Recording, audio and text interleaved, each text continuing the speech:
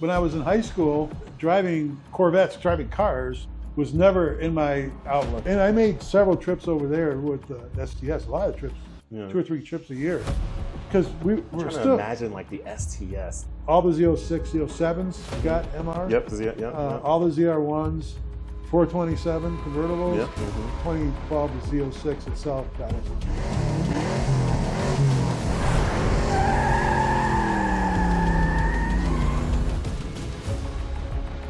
Jim, all right, so came out here to Michigan, right? I've never actually done one of these podcast interviews before. Now I'm here in Michigan, came out here to your place so that we could talk Corvettes, talk cars, talk Nurburgring, talk everything. And for you, I mean, everybody knows you as the legendary Corvette driver at the Nurburgring who has crazy pictures like this, you know, running, getting, you know, a few feet off the ground at the Nurburgring. I mean, it's absolutely insane. But, you know, thank you so much for allowing me to do this interview with you. And yeah, I just wanted to kind of dive in and just, you know, talk cool stuff. I appreciate it. I'm humbled that you would take your time to come out and talk to me, and you know, I think we'll have a good conversation. Like I say, that I'm really humbled that you're here. Yeah, most definitely. So we're going to dive into it. So, you know, for the people who don't really know your general background, if you want to just kind of quickly give a quick background on kind of who you are, where you came from, you know, how'd you even get into a position where you were driving for GM? When I was in high school, driving Corvettes, driving cars, was never in my outlook. It was always, believe it or not, when I was in high school, I wanted to be an architect. Yeah, okay. And it was because I was good at engineering, I was good at numbers, and I was terrible at English. So Me too. I think I got a D at the Naval Academy. Exactly. You're right brain, left brain.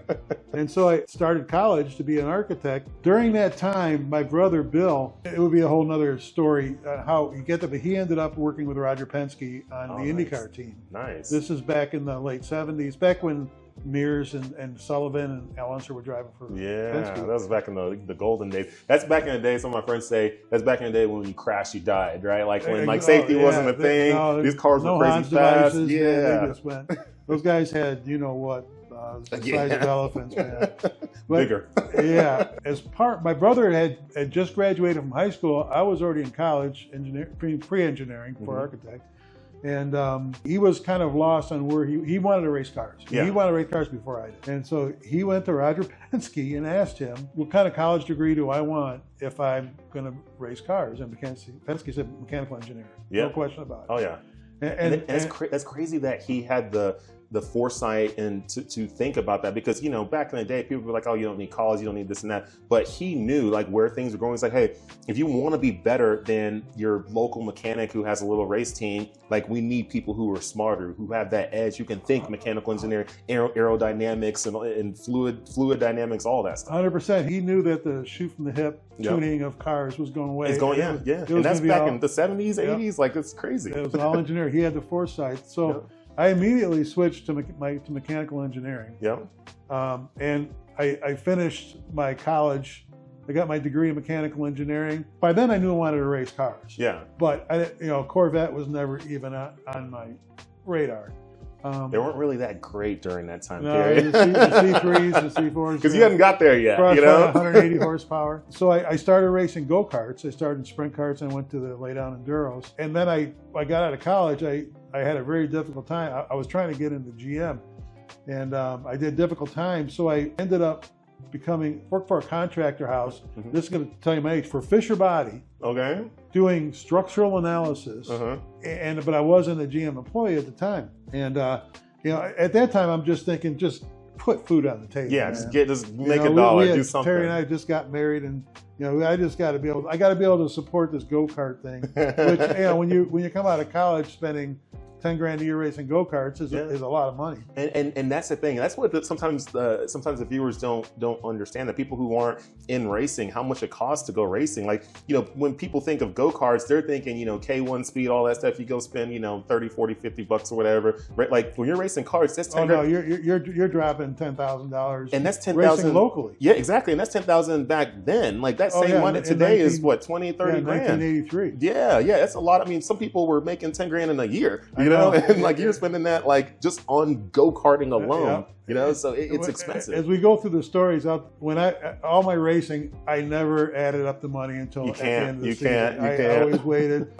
bought what I needed, and I'll worry about it in the winter. So we were just, I got the go-kart, started racing, and it's not, there was nobody in my family that raced. So we had no clue of how to prepare ourselves for I'll give you an instance. I bought a go-kart, bought a flatbed trailer, $300, and we took it to a subdivision they were building. The streets were in. We're gonna run around there. Yeah. We get the car, we lift it up, we put it on the ground, and all 4 tires were flat. Yeah. And like, oh, you need an air tank. Yeah. Put the cart back on the trailer, tow it to the gas station, fill it back up, come back, take it back off, and then we run around. It was that we were that inexperienced. We knew that little about racing. Yeah. I got it. I learned fast. Yeah. Oh yeah. But also in the contract house, I was there for a year, and I'll tell you a quick story. I was at the Tech Center in Warren doing structural analysis, and this story will come to be an important part a few years later. Yeah. It was all simulation. The simulation was just starting. Yeah. And there was a program they called Nastran that most GM used, and they brought in another simulation program called Patran. Okay. All the regular simulation guys didn't want to use because they had to relearn a whole new language. Oh yeah. A lot of people don't like that change. It's I got to switch over, do something different, new systems. I'm one of them. but my boss said, hey, take on this Patran and see if you can build back then it was a Chevy Celebrity station wagon model, and then we were trying to simulate acoustical boom. Okay. We cracked the windows and how the body flex and cavity. Yeah. And I was able to do that, but the guy who was supporting or championing this new program was a guy named Jim Welton. Okay. Who was just over the top elated that I told you this would work, and we'll put that on the back shelf for a minute. Yeah. Shortly after, one of the guys I worked with, in this story of my career, you're gonna see so many zigs, so many zags, so many offline conversations that if one of those doesn't happen, I don't end up where I'm at. Oh yeah, that's how life works. It isn't just show up and then things happen. Like you didn't get to this point right here with just a straight line approach. Like it was like you had to do what you've never done to get to where you've never been. Take risks. And I heard they were hiring at Fisher Body. Okay, so I'm at Fisher Body Tech Center. Yep. I heard they were hiring Fisher Body at the Proving Grounds. One of my associates who worked at the Proving Grounds knew the guy who was hiring, a guy named Bob Alton. He knew a guy. I knew a guy. He knew a guy. Probably one of the best bosses I ever had. And I went out, interviewed for that job. Now I'm still contract, so this would have been a direct hire. It's a big jump for a contract guy. And I went out, interviewed with Bob, and then the department I was working for as a contract found out that Proving Grounds was interviewing me, and then they interviewed me too. And this is the first shouldn't have happened, but did. It was, I can't remember what day it was, but Bob called me, Bob Alton. He said, I got news for you. He goes, I can get fired for telling you this. I'm sure it's okay now. But he said, you're going to be offered 2 jobs tomorrow. You're going to be offered a Proving Grounds job. You're going to be offered the job right where you're at now, because I interviewed for both. And he goes, and you will act surprised. He goes, but I want to know which one you're going to take. And I said, you know what? I'm a loyal guy. You were the first one who reached out. You were the first one who put forth the effort to hire me in. So I'm going to Proving Grounds. Now, it was a logistical nightmare because I lived an hour away. Yeah. But I didn't care. You're just like, you got to make it happen. I'm going to Proving Grounds. Do what you got to do, make it happen. And they hired me into the Proving Grounds. I started working for Fisher Body. And so now I'm working occupant protection, seatbelts, barrier tests, sled tests. I told people I was driving those cars too. And just doing, just geometry for seatbelts and airbags and things like that. Trying to just figure out ways to make them safer. Yeah. I mean, that's when we were working before it was a law that you had to use them for seatbelts. We were working with pretensioners and things like that, and geometry and how, submarining. It was all kinds of things. But it was still Fisher Body, and shortly after that, they decided to dissolve Fisher Body into what was then CPC, Chevrolet Pontiac, GM of Canada, and BOC, Buick Olds Cadillac. They put me to the CPC side, but I was still doing the same job. I was just on CPC, but 3 buildings over was the Chevrolet development guys. Gotcha. All development durability. So I said, okay, so at least I'm in that group. I'm not in Fisher Body anymore, separated from that. And at that point, I knew I wanted to become a development engineer. Yeah. So somebody who test drove vehicles. You help make them better, make them the performance better. And I really hadn't. I just wanted to work on cars, yeah, seatbelts. Yeah. And I still had no idea what those guys did on a daily basis, but I knew I wanted to be working on cars. I mean, I was right now. I think I had moved to Formula V's and I was doing more racing. Yeah. So you were in SCCA or something? Yeah, SCCA, okay, gotcha. I went to my boss at the time and I said, I don't want to do this. I had been doing active protection for like 3 years. I don't want to do this anymore. I want to work on cars. But little did I know, he goes and works out a deal back at the tech center to put me in the component validation lab, testing parts of cars. Okay. And drop silos or just fatigue testing them. Yeah. And I'm like, what the hell? I go, that's not what I asked you for. Yeah. I'm thinking this. He's working at it. He's like, there's steps to this. There's levels to this. Yeah, and I'm just like, no, not you want me to go here. I want to go. So, remember I told you a story about Jim Welton? Yeah. Guess who's running the entire development division of Chevrolet? Jim Welton. Yeah. So he said in 2 weeks my boss said 2 weeks you're going to the tech center to work on the component validation lab. I remember I was over in Building 16, which was where the Chevrolet development was, and I was talking to one of my buddies, and I told him the story I told you about with Jim Welton. He says, "Go and talk to him. What do you got to lose?" Yeah. I said, "Worst case scenario, you're going to be a component development." So I walked in, I knocked on his door, and he's running the entire building himself. I mean, he's a pretty big guy, and I introduced myself, and he looked at me. He's kind of. And I said, I did the A-Car acoustical model on Patran. He goes, no, I remember you. Yeah. And so I pleaded my case. I just said, Bill's got this transfer to the Privy Grounds component validation lab. I want to work on cars. I said, is there anything, can you help me out? He said, let me see what I can do. And we'll see how it goes. I left, and like for a week and a half, now we're down to days. Yeah. Week and a half, and so I went back and I said, Jim, this is supposed to take place Friday. It's Thursday. I mean, it's Tuesday. And he goes, go down and talk to a guy named Lee Mundy in W-Car. Now, W-Car back then was a huge program in GM. It was the late '80s Buick Regal, Oldsmobile Cutlass Supreme, Pontiac Grand Prix. Did they do the GNX too as well? No, that was the frame car. This was unibody, and then the Alumina. Okay. Yep. I remember those. Yeah. And he, it was. I mean, it was $7 or $8 billion. It was a huge It was the biggest program in GM. Yeah. And he said, go talk to Lee. He's got an opening in interior harmony development. Okay. And I'm like, so I went down and interviewed with Lee, and we had a great interview. And my thought is, it's interior harmony. But now I'm in a development group. Yeah. I'm in the same group with the ride and handling guys. Yeah. And so I remember it came down to the day before, Welton called me in and said, you're going to be given the job in development, but you can't tell anybody, including your boss. Yeah. And the next day they dropped the bomb on him, and he was so mad. He was so mad that, first of all, everything he had been setting up is going to go by the wayside. He's so mad at me for not telling him. I said, listen, this was my career. I was sworn to secrecy. I would have told you if I could have. Yeah. And so I for the next week I was working in interior harmony, fit and finishes, color matching. Yeah. But I sat in with the durability guys, and we had like a bullpen. It was a big office. The right and the next window was the ride handling guy. So I just said, at least I'm in a development group now. And I think I spent 2 or 3 years doing that, but I was relentless with Lee about, I want to do ride handling, I want to do ride handling. And this is still 1987. 87, okay, gotcha. So we're now in the C4, or C4, C4 is at that time.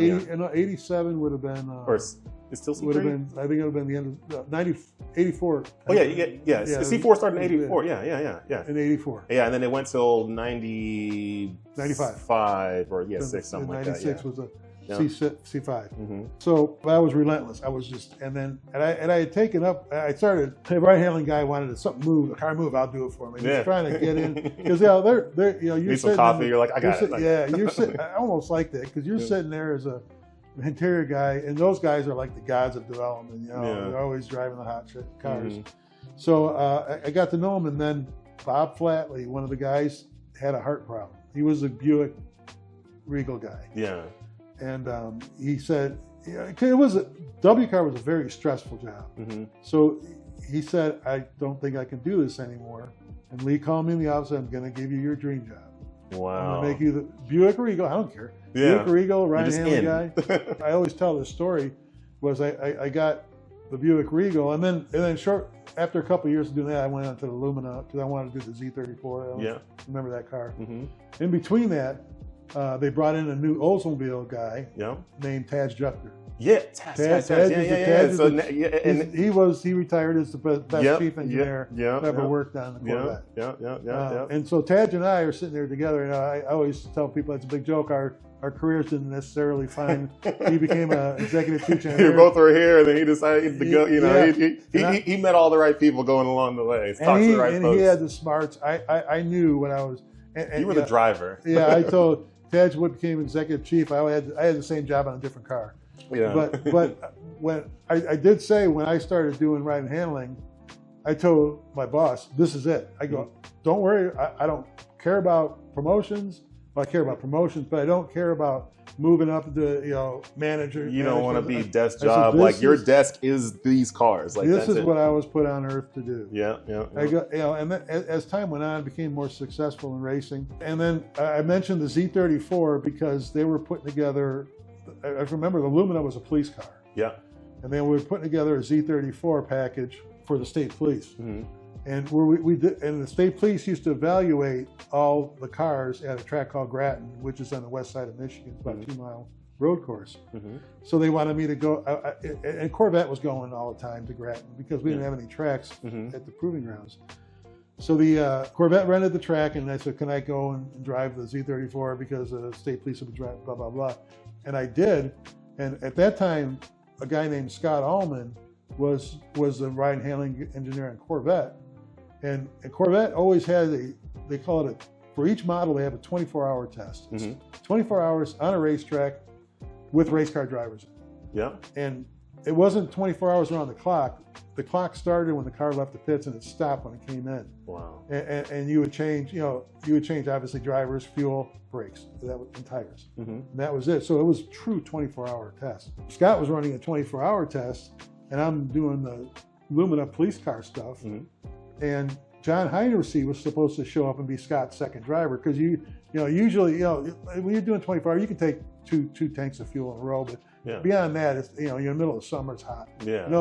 We didn't have cool suits. It was just It's a different time frame. Yeah. So Scott, so John doesn't show up, and Scott's sitting there and he's looking at the car, and luckily one of my good friends who worked for Goodyear at the time, Larry Jansen, said, "What do you want to put Mero in the car?"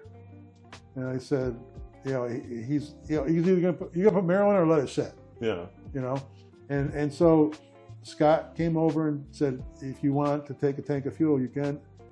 Here, I got the whole lecture. We're running a durability test, and you can't crash the car, all this stuff. And then Larry comes up to me, goes, just don't go faster than Scott, and you'll be dry. And so, But if you went faster, then what would happen? It would be a clash. It would be an ego thing, and I wouldn't be asked to drive again. So I purposely, I stayed within just about a second slower on every lap. Yeah. But that mark, okay, so since then, that was in '95. Yeah. And Scott moved on from that job. A guy named Mike Neal took it over, and then I was after Mike. So, but every time they ran a 24-hour test from that day, I was part of it because they were very particular on the drivers. They wanted to really put the stress of the car. You can put a driver in a car who's 4 seconds a lap slower and using a 50% of what a guy 4 seconds a lap faster would. Oh yeah, it makes a big difference. That's what a lot of people don't always understand is like those extra few seconds, like that is where you are going to find the issues with the car.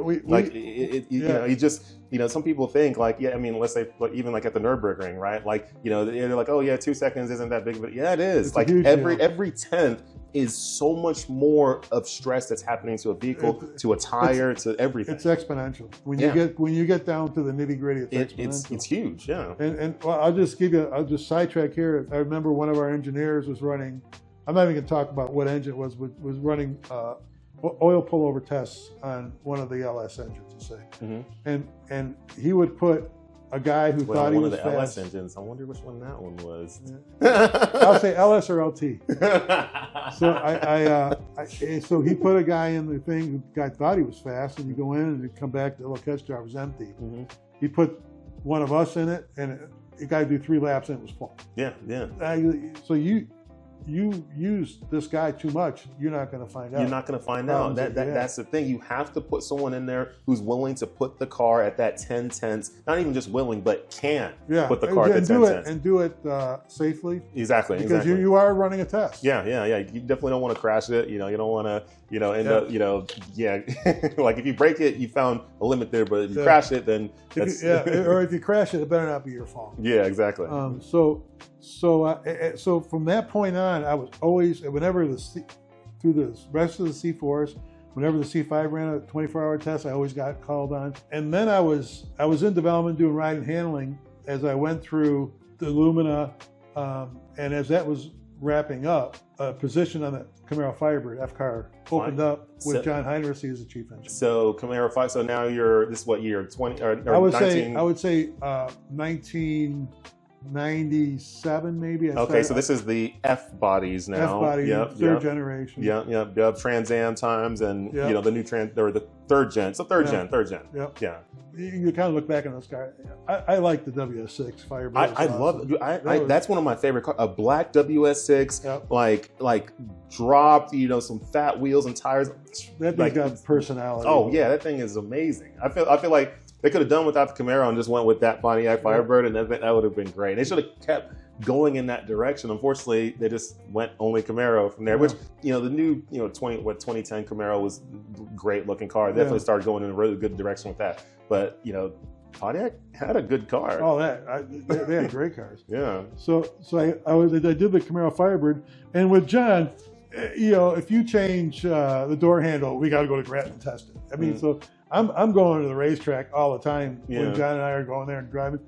Still doing the 24 hours on the Corvette as they were going into it was still in C4. And when we say 24 hours, like it's 24 hours of driving with a few little breaks.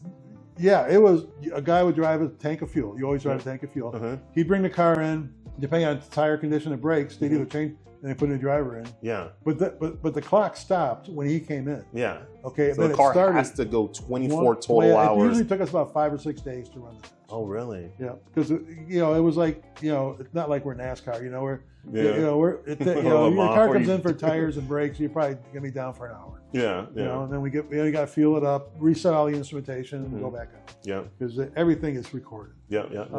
And you have your normal working hours, and they didn't want to probably play overtime. Yeah. Well, that normal working hours doesn't mean anything.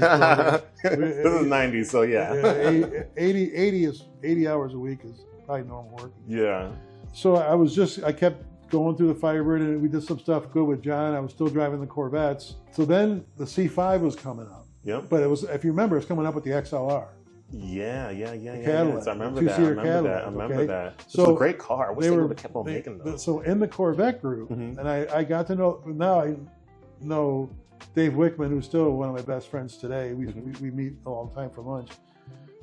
Dave's running the group, and I know they need a second. They have the Corvette ride handling guy, which is Mike. Yeah. And they need a second ride handling guy on the Cadillac. So I pleaded for that job, and they gave it to me. So you got the XLR job. So I'm on the XLR. Nice. But I was warned about Dave Hill. Okay. Now Dave, outside of he was the chief engineer, and Dave outside of meetings is a super nice, pleasant guy. But man, he got you in a meeting, he would work you up one side and down the other. And I learned this the hard way because as we were going through the XLR, and I always consider myself a tell it like it is guy. I was kind of a blue collar engineer. Yeah. I didn't meet. You didn't come from the corporate I didn't world. meet a lot of stereotypes, including Wickman's. But he always knew I'd get the job done. So Dave and I remember for the XLR, they were probably the straw that broke the camel's back was on the XLR, they wanted to use this tire with they call it PAX technology.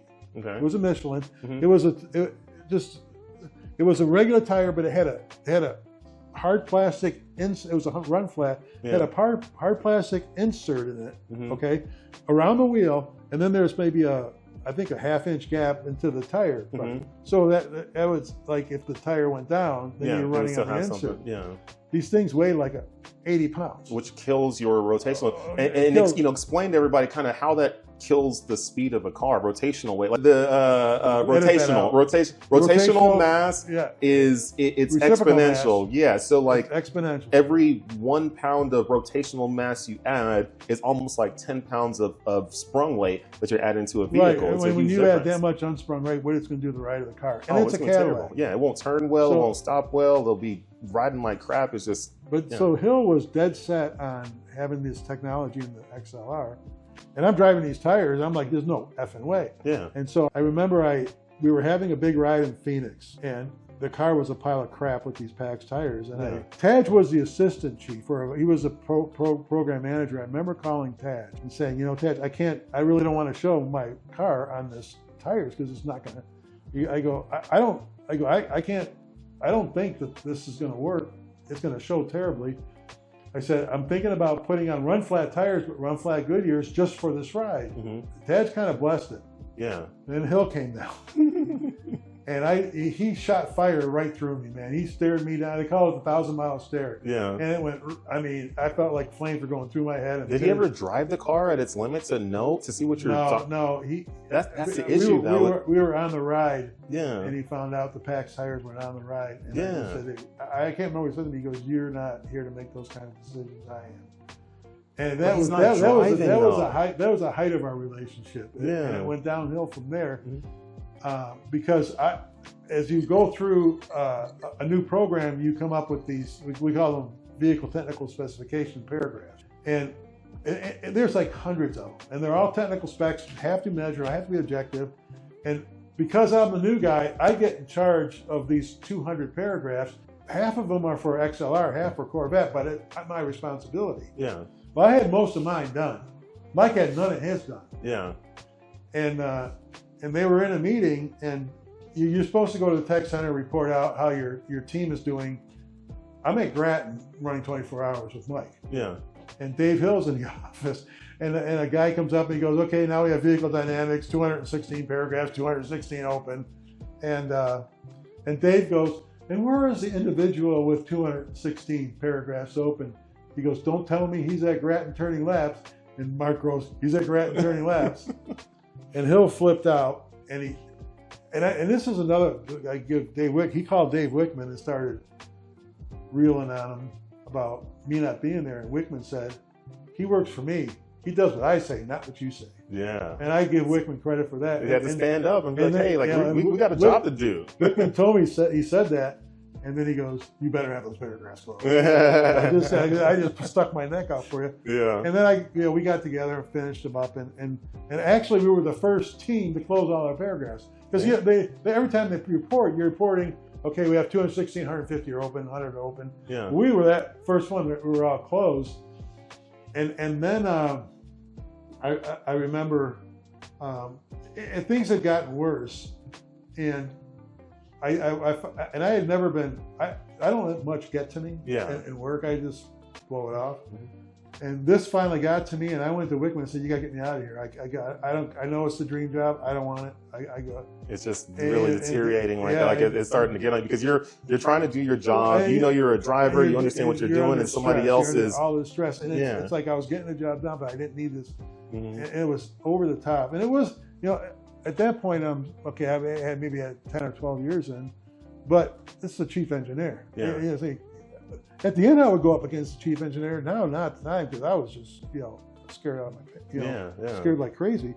So Dave is like, I don't know if I can do that. And no, Dave. And so I went to the truck guy. I said, one of the guys that used to work for Chevrolet was now the development manager of trucks. I'm like, just anything. You get me out. I went to talk to the truck guy named Larry Fletcher. I said, I want to ride a handling job. And Larry knew what I had been doing. Mm-hmm. And it was shortly after that, Wickman says, well, I wasn't going to tell you this, but the Cadillac guys have been after you for the new STS. And that was a guy named William McConnell. Mm-hmm. And he said, we're just going to let them fight it out. He goes, you're going to get your wish. And I said, good. And this is how it worked out. You know, Fletcher says, I want him. Wayne says, I want him. Fletcher says, I'm going to promote him. And that was a big promotion because that got the company car. Yeah. And Wayne goes, I'm going to give him a promotion too. And it turns out I went to the Cadillac, which as much as I got a 3/4 ton in the garage. Yeah. As much as I love trucks, the Cadillac STS is what put me together with Magnetic Ride. That was the first car. So was that STS the first car that had magnetic ride? No. If you remember the front wheel drive Seville. Okay. Yep. That was the first application of it. Okay. And the big one, the CTS did not have it. Mm-hmm. STS and the SRX was getting it. Yeah. But so I go to Wayne's group. Now I'm in. Okay, we're at like 99, 2000, mm-hmm. and my boss, another great boss, Roger Knoble, and I first thing I said, I went to him and said, Roger, I promise you I'll get everything done, but I still want to drive 24 hours in the Corvette. Yeah. The Corvette guys, and his response was, Jim, I don't care when you come, I don't care where you go, I don't care when you're here, I don't care when you're not, just get your job done. That's all I care about. I said, you won't have to say that twice to me. And I got so easier. Now I'm on work on a Cadillac, but I'm still driving the Corvette. Yeah. And we're doing, and then but I'm learning a lot about magnetic ride. Mm-hmm. But when my first day with Roger, he came to me. He goes, your first assignment is to go to the Nurburgring and get trained, because at that point Ken Morris, who's now a vice president GM, mm-hmm. was a ride and handling guy on the CTS, mm-hmm. and he had convinced Jim Taylor, the chief engineer of Cadillac, and he was right. That in order to be seen as a world leader in Europe, you have to do good at the Nurburgring. You have to. There's no other way. That's where all cars are measured. So prior to that, GM didn't take the Nurburgring serious at all. Ken was the first one. Yeah, interesting. So that's huge. I mean, that's that changed the game. And I'm like, I heard of it, but I don't know much You're about like the Nurburgring? I'm just like I blindfolded doing my own racing. What's this? 13 miles? Yeah. Like, is this what? It's in a forest? It's a public road? We're street racing? It's crazy. And until I got there. So he said, all we're going to do is fly you over there. You're going to go. And back then, the training was, it was supposed to be 3 days. They only gave me a day and a half. Mm-hmm. And the hardest part is learning the track. Oh, it's because so many corners. I mean, how many corners is it? Like realistically, like 90. Yeah. But the advertising 150. Mm-hmm. But I remember after the first day, staying up in my hotel at night, writing the track down. Yeah. I'm not sure I had a laptop then. You didn't even have what video games are around that even had that track on there? Nothing had it. Not like you could get on, Gran Turismo or, whatever was out, back then and run the track. You couldn't. There wasn't simulators you could use. There wasn't anything. There was nothing. Yeah. And what got me through was I was writing the track. I would write every turn. Yeah. And then the final exam is, because usually you're following the instructor. Mm-hmm. Because there's a couple other guys, you're either following them or you're riding with them or you're riding with another guy. But until you get out there in front by yourself, because usually when you're in the front, when you're always the first car, you're always an instructor. He's telling you. Yeah. But the final exam is you have to do a lap with the instructor following you. Yeah. And after a day and a half, I passed it. Mm-hmm. Well, at that. So I digressed back a couple of weeks. Well, hold on. What were you driving though when y'all were training? It was an Opel Astra or something. Okay, so just let me tell anything. You something. When I got there, Ken was there. He took me around in a CTS, mm-hmm. and I'm like, holy shit! Yeah, I can't believe how. And those Opels were plenty fast. Yeah, you're like, I'm good learning at this pace right here. And I didn't have any. There were no STS cars built or anything. It was just to get trained. Well, I'll digress back two weeks. So when I was going, Ken Morris had got with Dave Hill and started convincing him, you want the C5 and the C6 to be good in Europe, you need to. So Hill told Wickman, I want to send 3 cars over there. a base, a Z51, a base Z51, and a Z06. Z06, and collect some data. Yeah. So Wickman came to me, knowing I was going. He goes, "You want to stay an extra week and drive Corvettes?" I'm like, "Hell yeah, let's bring them." and so that my first trip was only supposed to be 3 days to get trained, but I went 3 days, then a weekend, then I had 5 days driving Corvettes collecting data. And it, I mean, and GM, we're new to it, so I remember I wanted to get, because I was still pretty familiar with the track, but I only been there a day and a half. So on Monday they have public days. You ever watch public days? It's crazy. Yeah. A whole bunch of random cars there, from super fast cars to super slow cars, and full motor coaches. Yeah. You got buses there, everything. Which is just nuts, because you're like, you could be, let's say, you're in Porsche GT3 RS flying in there at 150 mile per hour, and you got a big bus right there. You're like, okay. or you got guys on cafe bikes dragging their knees. Yeah. I mean, and luckily. And I'm like, I'm not waiting until industry pool starts tomorrow. I'm going to go buy a bunch of tickets and practice. Oh, yeah. And so I got the base Corvette. And C5 at this point. It was a C5. C5, yeah. And it was raining like hell. And I bought a bunch of tickets and I drove it. It was me. Really, it was like 2 or 3 cars out there. Yeah. And I remember there was a Porsche. I don't know who was driving it. But he would go out and I would just follow. Yeah, in the rain. I'd come in. And I was paying like €30 a lap. And I'm just like, company card. That's exactly what it was. But I mean, since then they've put all that to a stop because of, but I probably got in 20 laps that day, and it helped me with the next 4 days of collecting data. Oh yeah. You did what you had to do. I did what I had to do. So now we come back, and now I'm doing the Cadillac, and I made several trips over there with the STS. A lot of trips, 2 or 3 trips a year. Because we're trying still to imagine like the STS, like on track at the Nurburgring. All I can think of is like Corvettes and sports cars, but you think of these big Cadillacs out there, just it drove pretty good. I mean, it was we with them, especially with tire technology too. I mean, what tires were y'all running? Like, we were running Michelins. Michelins, okay, but I mean, at that time, what was it like? I don't know. I can't remember. Yeah. Nowhere near what we have today. Like Pilot STS2. I don't even know. And we actually made the car pretty good. Actually, here, one of the things we liked about it was that after the STFs was in production, either BMW or Mercedes had bought a couple because they got good reviews around the Nurburgring. So they're like, we need to look at these cars and figure out how they don't do it that often. They really don't. And as I'm winding up the STS, I hear a rumor that they're looking to change the right-handling guide for Corvette. Okay, so now I've got all this dirty laundry with Dave Hill. He's still the chief engineer. Yeah. But this is probably 3 or 4 years later. And I went to my boss at the time, and who was a new guy, Frank Dellapia. And I said, if this is not true, then disregard this conversation.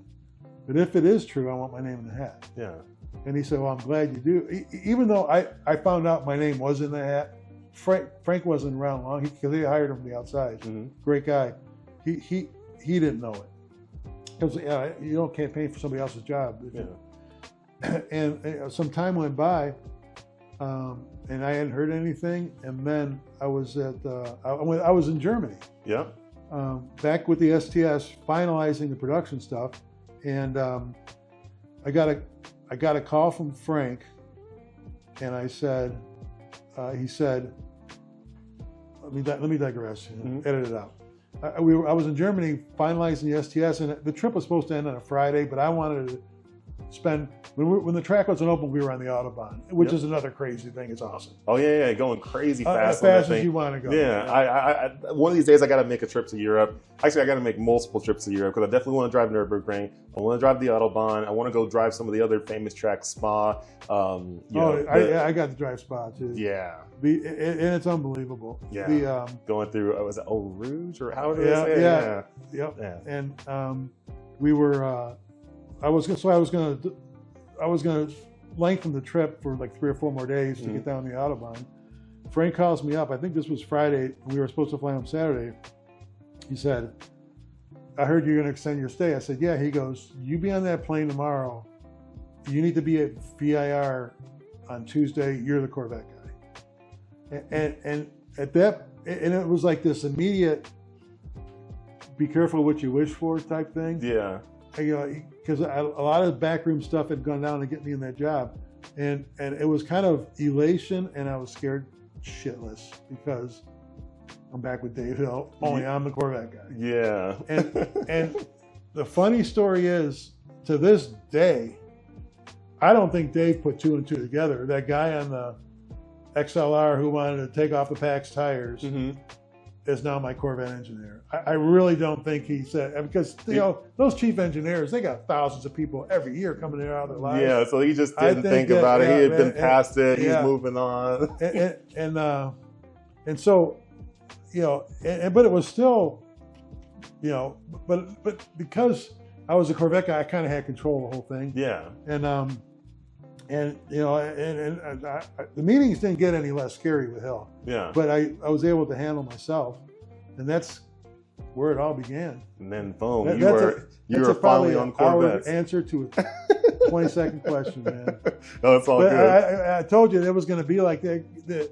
If you look at my whole life, how I got to this job, it's almost like I should write a book. You could. I think you really could. No one else is. No one's experienced what you experienced. You did what you did, and you set records. So now you're the Corvette guy, right? Now, what was your role? What was your job? What did you have to do with that car? Well, my job was the vehicle dynamics engineer. Okay. My besides powertrain and it's how the car drove. It was a lot of responsibility. And it was how the car drove, shocks, and I took it personally. It was not. This is your baby. If you could ask some of the release guys I work with, I took it to the nth degree. I'd be out all night tuning the car.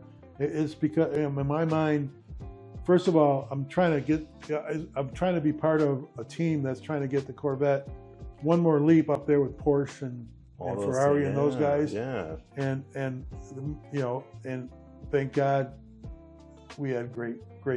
The platform was awesome, and starting with the C5 and C6, C7, just kept going. Yep, and in my first day, at VIR, Ron Fellow. That was with Ron Fellows. Oh yeah. I've been to his school in Vegas.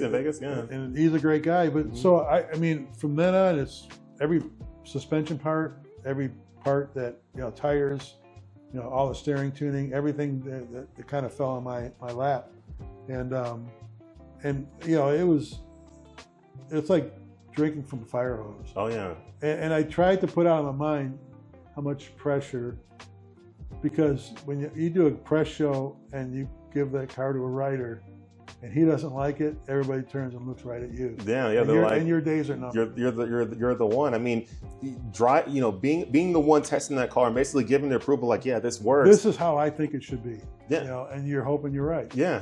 And the thing is, you have to have two minds to kind of think of. Like, you're looking at it as a racing driver, right? You have racing experience, all that stuff. So you're looking at it like that, but you also got to think of just a normal average Joe who's driving a Corvette. Yeah. So you got to be like, this thing has to perform like a race car, but it also has to work for the average Joe who maybe will never go to the track. And that was one of my, if I go back to what I did on the Buick Regal, my heritage through GM was, he can drive fast, but he knows how to make a car right.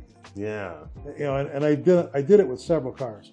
And which actually, that makes, now that you bring up that point, that makes a lot of sense now, because you had that experience on the Cadillacs and the Buicks and all that stuff. Also, obviously those are vehicles that always will ride well. Time. Yeah, because now you learn, like, okay, this is what a vehicle should feel like when I'm driving it on the road. But you also know how to make them fast. You were able to pair those two. If you were only just on the sports cars only, you might have never known how it should feel as far as like for the average Joe on the road. Absolutely. So that helped you a lot. I go back and maybe there was some driving. It made sense. I think the progression all made sense. You needed to do it. Yeah. And the other thing that I did was, in order to, I always told people, for every hour I spent on the racetrack, I spent 100 on the main road trying to make that car ride good. Yeah. Because you got a car, with sidewalls this thick that have to hold the entire weight of the car up no air. Yeah. And you're trying to make that car ride good. And kind of the leap I made was I inherited the C51. I finished the Z06, but always making that compromise in the Z06, trying to make that car ride decent but still handle the track was very difficult. Oh yeah, because you had a passive shock. Yeah, yeah. So, and at that time, magnetic ride was kind of a gimmick. It was an option on the base car. Yeah. And that was it. Yeah. I mean, so it wasn't for the Z06 on those years. It was just a base Corvette, and then you could put magnetic ride on it, and then you could flip a switch, and you just tighten it all down. And all, and I told, I can't remember if it was Hill or Wallace. I said when the ZR1 was coming up, the C6, I said it wasn't supposed to have magnetic ride. I said I want to take magnetic ride instead of taking the base car and give this theoretical handling, make it handle better with shocks. I want to take the ZR1 hardcore car and make it ride better with these shocks, with the magnetic ride. I can do them both now. Yeah. I had seen the authority of mag ride, and I had seen what it could do, and there's handling algorithms you can use. And they said, go ahead and do it. They put mag ride on the ZR1. It wasn't supposed to get it. Wow, and so you're the reason. You are the one. And for every ZR1 owner out there, this is a guy that made sure that you had mag ride. Well, and the beauty is, the next year, the Grand Sport came up. Yeah. And I wanted, Harlan, I love Harlan, and he's a good friend, he still is. But Harlan and I wanted every Grand Sport to have magnetic ride, but he didn't because of the business case. So the Grand Sports, cost-wise and all that stuff. The Grand Sports were about half were MR, half were not. Yep. I guarantee the guys who didn't have MR wish they had it. Yeah. And then all the Z06, Z07s got MR. Yep. All the ZR1s, 427 convertibles. Yep. 2012, the Z06 itself got MR. Gotcha. And so it was like an the final couple years then. 2012, 2013. Well, then when you go to C7, everything was standard basically. It was almost. They had a base car and a Z51 without it, but every Grand Sport had it. Every Z06, Z07 had it, and so it's without it, the Corvette wouldn't be as successful as it is now because you can you understand passive shock. So I try to explain to people. Okay, so I just I'm tuning a car for you, and I'm taking your car, I'm driving it around here. Okay, your car is capable of going 180 miles an hour. So I have to make sure it handles exceptionally at 180 miles an hour. Yeah. Well, when I start adding damping to those shocks to tie that car down to make it exceptional, guess what? You own that at 50 miles an hour. Exactly. Beat you up.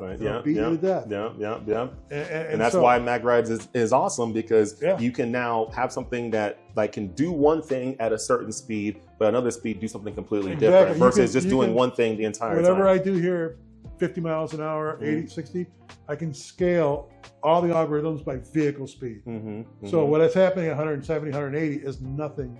It's amazing. Yeah, and that's why other companies started basically leasing that technology from GM. After the C6 ZR1, Ferrari jumped on. Ferrari, I think BMW, Porsche. They're all on it. So GM started it. So for all those Euro elitist haters who always GM's copying all these Euro cars. We were the first car to do it. Yeah, you started it. GM was. Yeah, and everybody else basically was like, hey, can we borrow this technology? Well, when they saw this, I think it was a C6 ZR1. Yeah. Because that was the. I'm sure we're going to talk about the. Yeah, we'll jump into That was a car that was the first production car record, and it beat a $1 million Carrera GT. Oh yeah, it was a Chevy, and it was a $120,000 car, $110,000 car. Chevy, and that's when people took notice. But then they realized it's a good car in the public road too. Oh yeah, it's an amazing car. So going back to kind of other manufacturers looking at Chevy technology and stuff. Were you ever tasked with driving some of these other manufacturer vehicles on tracks to feel like, to see, hey, what are these guys doing? What are they doing good? What are they doing bad? And what can we learn from? Yeah, this story goes back, obviously when the C8 was bubbling up, I had the I'm worried comment. And that was because we got a bunch of mid-engine cars, and I'm going to digress back to the front engine. Yeah. But you know, and my point was we got to be better than all of them. Yeah, you have to. Because the two front engine cars kick their butts. Yeah. Not to allude that we didn't or we won't. It's just that we have to be better than what we drove today. Mm-hmm. But one of the weird one, or not a weird one, but when we were in Germany, we arranged a trade with Porsche. We gave them a C7 Z06. They gave us a GT3 RS. Oh wow! So that was 2015, 16. That was around 2015. So that was a GT3 RS 991.2 or one of them, one of their 991s. It was a Porsche, man. Yeah, I don't even know the models today. Yeah, no, it's confusing. It's very confusing. But the rule is we couldn't take them on the Nurburgring, but we could drive. And you couldn't take them on Nurburgring. No, but we, you know, it was for both of us. Yeah. So I took it out, and I'm thinking this thing is just going to be like on rails, you know. And I'm running 170, 180 miles an hour, and that car's all over the road. The steering was light and darty, and you know, and I call. We have a German liaison. I call him. I go, Patrick, this car's got a piece of crap. Yeah. On the Autobahn at 100. You know, I go, I can't believe they tuned it like this. Yeah. And he starts talking about they want the drive to be emotional. I'm like, it's pretty goddamn emotional. Yeah. I mean, and I said, maybe it's me. So we went and got one of our powertrain engineers who happened to be in Germany at the time. And we said, let's take him out, and we're not going to say anything. We'll just, I had a Grand Sport, and we had the GT3 RS, and we said, all we're going to do is put him through these cars and just see what he thinks. And he came back and he goes, I don't know why anybody wanted to drive a Porsche. Yeah. And it was not, it was, so, you know, and I'm not saying they don't drive good. I'm just saying I don't quite understand their tuning philosophy. I have driven Porsches on the racetrack, and you know, that's a different story. Yeah. But for the road, it wasn't. So it's almost like that for kind the road at super high speeds. Yeah. No, it's not there, and a very great track car. So it probably works phenomenally on the track. But once you get to the street, because it's still a road car. And even we had a lot of 911 turbos and they'd beat you up pretty good on the road because they had them sprung real high. Yeah. And but the one thing that Porsche had was great structure. That was one of the cars we wanted to emulate their structural. Because even though they were hard, they weren't harsh. Yeah. You know, you would hit a bump and that'd be a big thud, but it didn't feel like the car was going to fall apart around you. Gotcha. So there were a lot of redeeming qualities. So very rigid kind of car. Like it still was strong, but you know, at the end of it, it felt like you did a workout. You're like, man, that was. Oh, it was. Yeah. I mean, when I drove a Porsche for an hour, I was ready to get out of it. Yeah. I mean. So did you get a chance to drive any other vehicles from any other manufacturers to kind of do bench testing? No, it was just mostly our cars. It was all Corvettes, and you know, like I said, we had one Porsche we sent over there one year. I got to do some laps in that. It was a turbo. I can't remember how it was. I thought it was pretty good on the track, but other than that, it was pretty much our unless the only way I could do a competitor's car is if we bought one. Gotcha. The one trade we made was, you know, just the exception.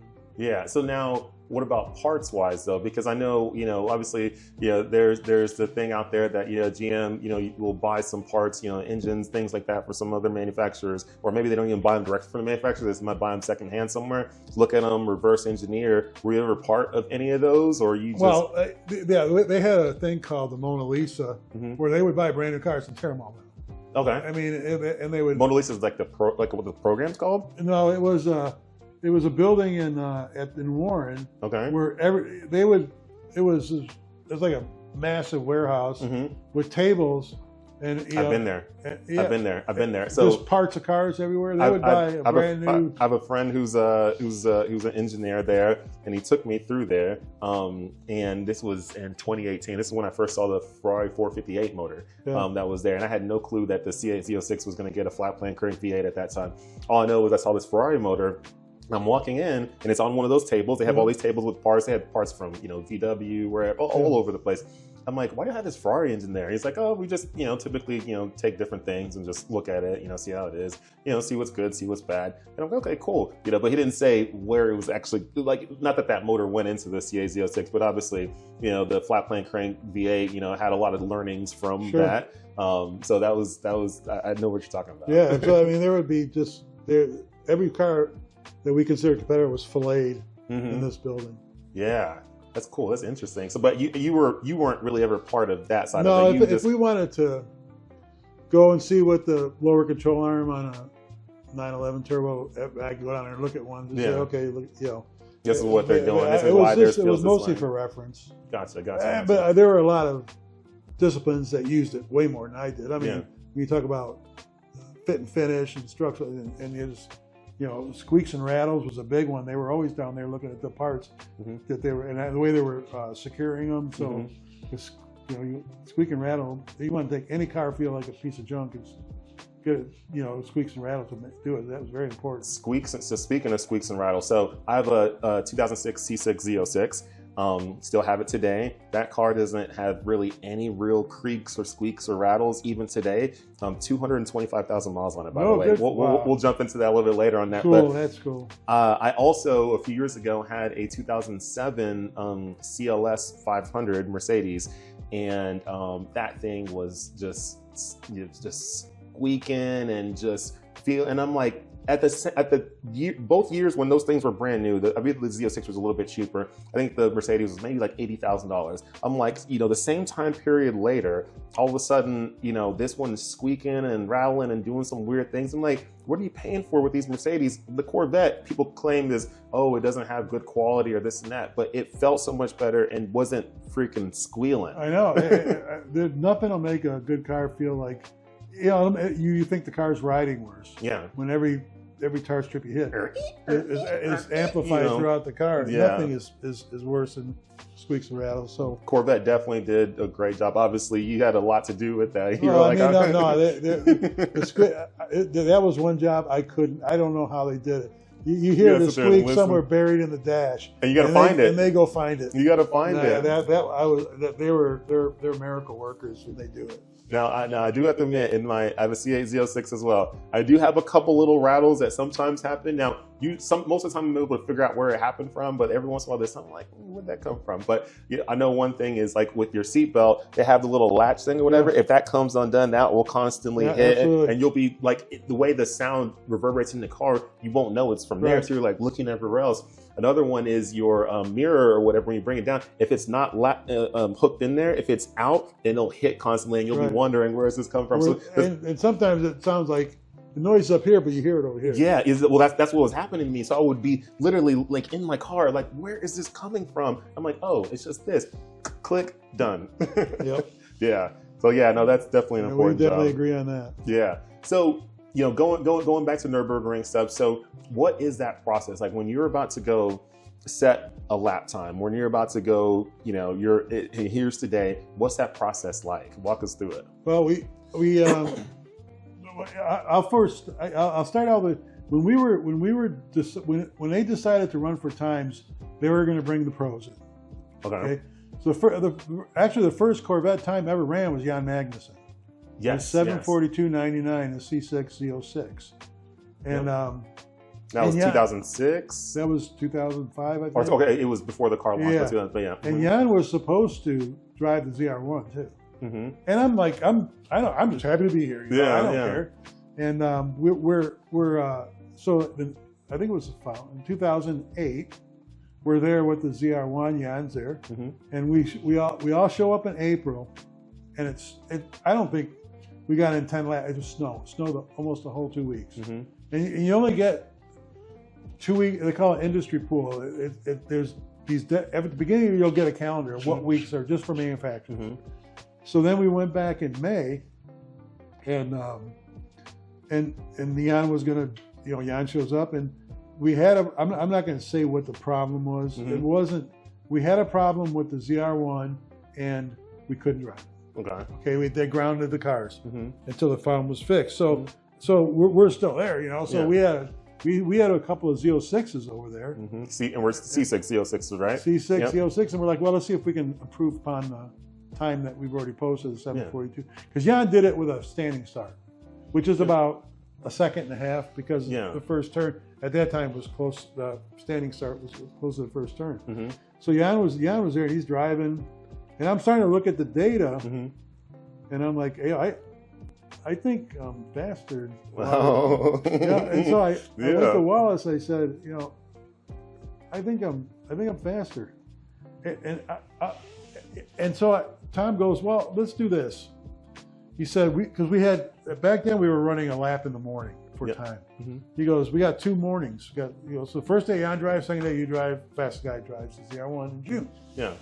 So Jan went out, and then the next day I drove, and I beat him by pretty significant margin. Wow. And Jan did he have experience at the Nurburgring, or? Yeah, he did. Not. And this is, we'll probably touch on this with the C8s, and this is where he didn't have as much experience on the Nurburgring in a car with full treaded tires. Yeah. With no downforce. Yes, which is different. Which is huge, yes, which is huge, and we will talk about those differences and how they affect vehicles and what that means for a vehicle. Yes, we will definitely dive into that. So in June we went back, and that's when I ran the 726 in the first ZR1, and at that point, then I said, okay, now fast laps, that's my turf. Yeah. And since then they had sent out Johnny O'Connell and Oliver Gavin. That both times I had to protect my turf, and I ended up getting to drive for time. So you beat both? You kept on just beating them? Yeah, I was faster than them. You're beating them. Because you're beating their butts. I was faster than them on a fully treaded tire with no downforce. You're beating the butt. You can say, hey, I just beat their butt. Well, I'll tell you a story about Jan, and I respect Jan. They're all great drivers. They're all amazing drivers. I think of all the C8, all the Corvette Pro driver, I think Jan's still the best. I remember Banks used to pit him against. They could call him a pit bull. Dan Banks was the crew chief of the 3-car. Yeah. And and he knew he could freak a Porsche driver out by putting Jan on a Corvette. And Jan was super fast. But so prior to, I hope Jan doesn't get mad at me for telling that story. Prior to the first time he ran for the time, the 742. I was tuning the C6 Z06, and he was practicing in the C5 Z06. Way different. Yeah, but I mean, it was a natural progression. I mean, the cars drive, and it was a good car for him to be in. And I ran, I think, 8 minutes in that car, the C5 Z06. C5 Z06. Was C5? Was that 5-speed or 6-speed? That was, I think, 6. That was 6. Okay. Yeah. LS6. Yep. LS6. And so Jan. I'm in the garage, and Jan, you ever talk? Hey, Jim, come here, bro. Talk to you. He said, I can't get this car going at 820. I don't know what I'm doing wrong. You go ride with me. I go, yeah. So we get in the car, and we go up, and he does 2 laps. He comes in, and I said, Jan, I go, I can't talk you through this. You're going so slow everywhere that you have to let me drive. Yeah. And those guys don't like riding, like some engineer. Yeah. I said, I can't talk you through it. It's from the first turn to the last turn. You just have to feel it. Like, you got to see that, hey, like at this corner when you're going, only, 110 through this corner, just thinking actually take 120 through the corner. But the thing is, with a treaded tire, the fall off is so much sooner, and it's probably a little more abrupt than a slick. I know. It's hard to find that limit. Yes. So he does, and there's no downforce. Yeah, no downforce. Yeah. So it's a completely different car. Yeah. So I drove Jan around for 2 laps, and then he went 15 seconds faster the next time. Wow. So my point is, if you just leave them alone on their own accord, they can get to 80%, 90% pretty fast. Yeah. When you're exploring the limit of the car, and you're not used to no downforce and fully treaded tires, it'll affect you a lot. You just can't.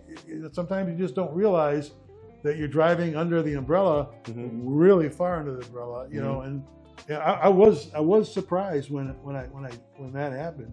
So, but I guarantee you, in any form of race car, wipes the track up with my. But on the street cars, it is a whole, in this particular situation, which is why I'll vote for any of those guys that drove the C8. So I'll back their abilities. We're going to talk about that too, because that is the debate out there. Is like, hey, should pro drivers have done it? And I think there is different levels of pro drivers too, right? So yes, Jan is used to having downforce, having slick tires, doing all that stuff. But those Porsche guys who test the Porsches at the Nurburgring, they're used to driving the road cars at the Nurburgring all the time. So it's a different level of skill. It is. I mean, when we go, Porsches there, I think there's like 15 to 17 weeks manufacturer. Crazy. Industry pool. Yeah. We go on the we went the big years we went 3 times, maybe 4. Yeah. And most years was 1. Yeah. And so, you know, it's like the local track at the Milford Proving Grounds. I'll kick one. You know, we could kick any of those Porsche factory guys' ass because you're there every single day. Because we're there every single day, and same there. So unless you want to go out and hire a Porsche Nurburgring specialist, yeah, you know, your options are probably one of the factory guys or one of the engineers. And these engineers are not slackers. I mean, they all have racing backgrounds. Mm-hmm. They've all won several races. Yeah. And because of my experience with not only me and Jan, myself and Johnny O'Connell, and also Oliver Gavin, I know that those guys will be just as fast as a pro in that car on that track. Yeah. Unless you want to dump stupid money, because the problem when I got stuck with those other guys, especially Gavin, was he was stealing my resources. Okay. He and literally, you know, figuratively, mm-hmm. My resources were going because they weren't sending more tires, more cars and stuff for him. I had to split my time with him. Yeah. And I always, okay, so you race, you know how long it takes to dial a track in to perfection, not just to get her. So this is the example I use all the time is when I go to VIR. Mm-hmm. When I go to VIR, and you know, because we have records there. Yeah. When I go to VIR, in 3 days, we'll show up on the first day, start running. The third day will be 3 seconds faster.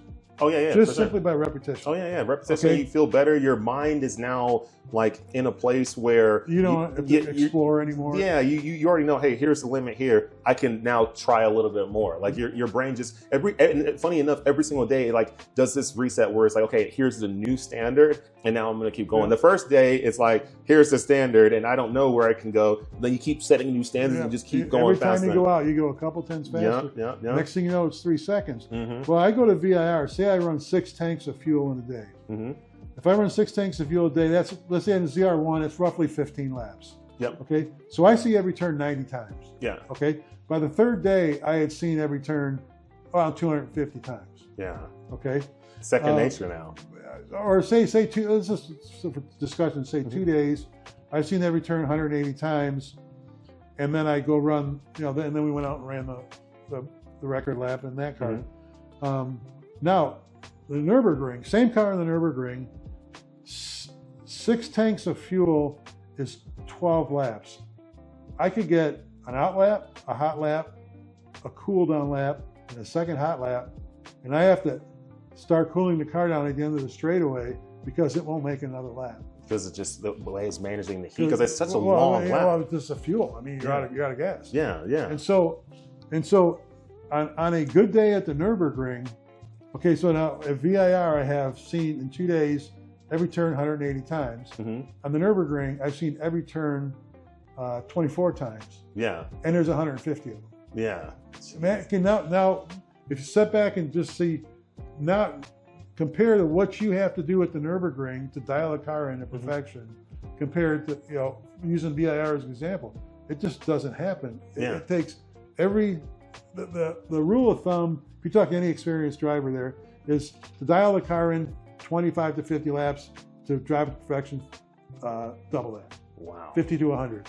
Okay, I get 12 a day. Yeah. Okay, so 50 your minimum, right, to 100, and you lose all kinds of time, and now you start splitting your time with other folks, other drivers. Yeah. And that's the one thing that when I left, they couldn't get a grasp on is the dedication that you need. You know, it's almost like you almost need, like, if you're going to be testing these vehicles there, you kind of just need to station someone out there with a few vehicles. And a ton of parts. I mean, because you're always constant. Things might break. The last trip I made there, we took 50 sets of tires. Wow. 50 sets, not 50 tires, sets. 50 sets. 50 sets of tires. I had about 5 to 7 sets a day because after we were, well, do you run them down to the court, or you just run them down to they don't run optimal times anymore? Here's the thing, I ran them down when we were developing. Okay, when you asked me, I went off on tangent. You asked me what's it typically like. we go there. We go to develop the car to drive good at the Nurburgring, and then when we're done, then we go for time. When I go, and up until the day I run for time, I'm development driving, which is different than qualifying. Yes, I'm sure you know. In development driving, you drive 98 to 99%, somewhat subconsciously, because your brain is processing what your next change is going to be and make the car drive better. When you go to run for time, I told a lot of the younger guys, I said, you make that turn, first turn, you think it's all the same, but this time the cameras and the time stopwatch is on, it's all different. It's different. It's different. It's like totally different. Your focus is on a whole new level. Like you could literally hear a pin drop like a mile away. Everything just changes. It just feels if you're like everything feels lighter. You're more on edge. It just changes. It is not the same as just being like, okay, I'm just gonna go set a lap right now. Like no, like you're in a everything whole has new to be mode. perfect, and I would have to get in the habit of, I would start getting ahead of myself mentally than I am on the lap. And I would start thinking about turns further ahead than when I was about to drive. So I would have to start talking to myself. Okay, now we're coming here. This is what we're going to do. You know, and just start being in the moment, because once you get ahead of yourself, you're going to start messing up turns. And that was that was the transition from development engineer to let's call it qualifier. And at the end, that's when I got to do it. But I lived. I mean, I couldn't wait. I mean, I wanted the car to drive great because I knew, Christian Sport Auto was going to be driving it. But it was all about that time, not for time. Oh yeah, no, you had everything's you can take the racer out of the car, but even when I went there, knowing I had developed the car, all I could focus on, all I could think about was running for time. So prior to you going and setting a lap time, right, trying to go get a record, I mean, did y'all have a clue of like what it should run? And if you did, how did y'all even come about figuring that out? Simulation. Now simulation, like as in like you're in a driver sim, or simulation like simulation they have math models. Okay, so tables, they're like graphs, charts. Interesting. Yeah, it wasn't me. I mean, I knew how to read them, but I didn't know how to write them. Yeah, there were some super smart people who were like Jeff Mosier was the. I mean, he's not doing it now. He's the manager somewhere, but he is the brain power behind all our simulations, our segment times, everything we needed to. Because segment times are as important as anything, because when you go out on the track and you're one of the fastest cars out there, there's probably 50 to 60 cars out there too. And so you may get 4 or 5 turns unabated by other cars, but you're going to eventually, and there's guys getting trained. And the thing is, you can't pass them until they signal you by. Even on a record lap time. Well, that's different. So when I'd go out, but I'd hit. Well, it was funny. After we did the first time, the 726, then we went back with the cup tires, and I went out. With the C6 ZR1. ZR1. ZR1s. Because you did a 726 and then a 719. 719. Yeah, we went to the Cup 1 tires. Yeah. But I remember the first day I came in, and I told Jeff, Jeff had written this segment program. I said, man, I'm hauling ass. He said, no, you're not. Segments, you're about 10 seconds slower than you were 2 years ago on the full tread tire. Just because this is the first day, you haven't been there in a year. And then over time, you just start getting faster. But had it not been for his analysis software, not only the simulation analysis, that we could put these segments together. We had military grade GPSs in the car. We had to send them over 2 months in advance because they're the same GPSs they guide ballistic missiles with. Wow. There you go, you Navy guys. Yeah. So we have some DDGs, our guided missile destroyers, that actually have the ones that have the ballistic missiles and stuff like that. They have a very, very crazy GPS system and navigation system, especially for the weapons, but also for tracing weapons coming in too as well. Yeah, they're called RT sensors, and we had to send them, and so it was that. But then with that, he could break the track into segments, and we could somehow get it, because you're running around. Every time you run around, you counter traffic 10 times. You have no flat idea how fast you're going. But now you can put these segments together, start piecing together a lap. I honestly, with the first time, when we ran 726, we didn't think it was going to go that fast. Really? Yeah, I mean, with all that power, 640 horsepower, 637, whatever. 638. Yeah, 638. Yeah, because well, the Carrera GT, this $1 million car, is sitting there at 627, and I'm like, if we get close to, and he had Walter Roll was the that driver. the record at the time? Yeah. 627. Yeah. So then so in 2012, when y'all went and ran that, you basically 2008. Or 2008. Yeah. You just set the new record. Yeah, we beat. And you know, and Walter Roll was Porsche's development engineer, but he was also their Nurburgring guy. So he was kind of my Porsche hero. Yeah. You know, and then Jim Nobody comes out there in his Chevy and beats him by a second. It was kind of cool. And you're like, oh my gosh, I just set the new world record. Yeah, that's amazing. Cool. Yeah, it was, and it was important because I knew, even though I was driving, I was representing every single person who touches that car. Oh yeah. As far as designers and development, representing the United States of America. Yeah, and so it was a very proud moment. It is literally a war on wheels out there. I mean, especially now today. So, what were those changes from that 2008 time to 2012 when y'all basically went about 7 seconds quicker? What tires and chassis changes because of the tires. Interesting. Okay, chassis changes. There wasn't much difference between those two cars. I mean, except for tires and everything, because what kind of chassis changes? Mostly, it was. We did some spring stuff because we can increase the roll stiffness because of the grip. A ton of MR tuning. Okay. Yep. Dial that in even better. And a ton of steering tuning because of the way the force of moment is, the way the car was introduced into a turn. Other than that, it was just pretty much that. But it was still a lot of work. I mean, because to optimize those tires, again, you're not going about with a sledgehammer. You're going about with a scalpel. Yeah. So you're saying, all right, so if I bought a 2013 C6 ZR1, you're saying that car probably handles better than a 2009.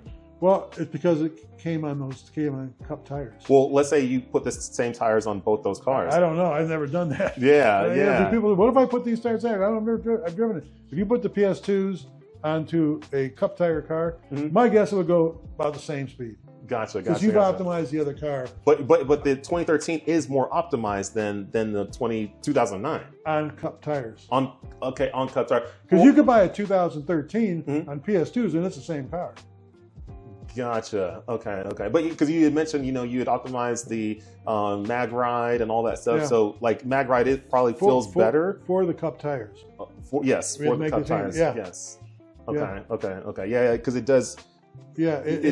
Okay. Gotcha. Because in 2013, you could still buy a ZR1 with PS2 tires on it. Yep. And it would be the same car as 2009 is. Gotcha. But then if you have the stickier tires, which those same stickier tires were also the same sticky tires that y'all threw on the C6 Z06 Z07 package, which allowed that one to go 722 or something like that. Which you drove that one, the 722? Yeah. So 3 seconds difference. So for the normal world, they're looking at that and like, oh, why would I spend 30, 40, whatever more grand on a ZR1 and it's only 3 seconds quicker? Talk about how much of a difference that is, especially at the Nurburgring. Even though it's a big lap, like 2 or 3 seconds, how much of a difference that is. The difference between those two cars is the Z06 weighed 3,100 pounds. It did. The ZR1 was probably 250 pounds heavier. Yep, with supercharger and bigger wheels and all that stuff. The Z07 was light, nimble, agile. I mean, I spent all my time in the ZR1. We had 3 last lap. This was running last lap of the days, and the protocol for last lap of the day, because you asked me about when I was driving industry pool. If I, when I was driving for time, how I didn't encounter other traffic, is the industry pool closed at 5:30. So at 5:10, they would let the last car go out for a lap, and then at 5:11, the safety car would go out for a reconnaissance lap, and I would follow the safety car, warm up my tires. Yeah. And so, and then we would come down. So if the lap was clear, he'd get on straightaway. He'd wave me by, and I would come through and start my lap. Then he would follow me in case I had a wreck. So we had 3 of those days in a row scheduled in 2011. And the first day I ran 720 in the ZR1, Which is still amazing. You're probably like, heck yeah, we just did a 720. Eat that Porsche. We wanted to get it under 7. We wanted to be the first car under 720. Yeah. So I had screwed several things up. It had been at that point, because we didn't do anything in 2010 and 2009. We did two. It had been 3 years since I driven for time. Yeah. So I had to get the cobwebs out. The next day was the 719. Mm-hmm. Now, and then we had the Z07 there, the Z06, Z07, and so we had this third day, and we segmented it. When you do the segment times for all your industry pool times, they're fast, but I always able to beat it. Yeah. But when I start segmenting 2 fast laps together, it starts becoming that's like taking your best qualifying laps, put them together, make 1 lap, then go out and beat it. Yeah. And so when we put the 720, 719, it came out to like a 717.9. Uh-huh. And I said, so what? I said, the thing was to get under 720. We got under 720.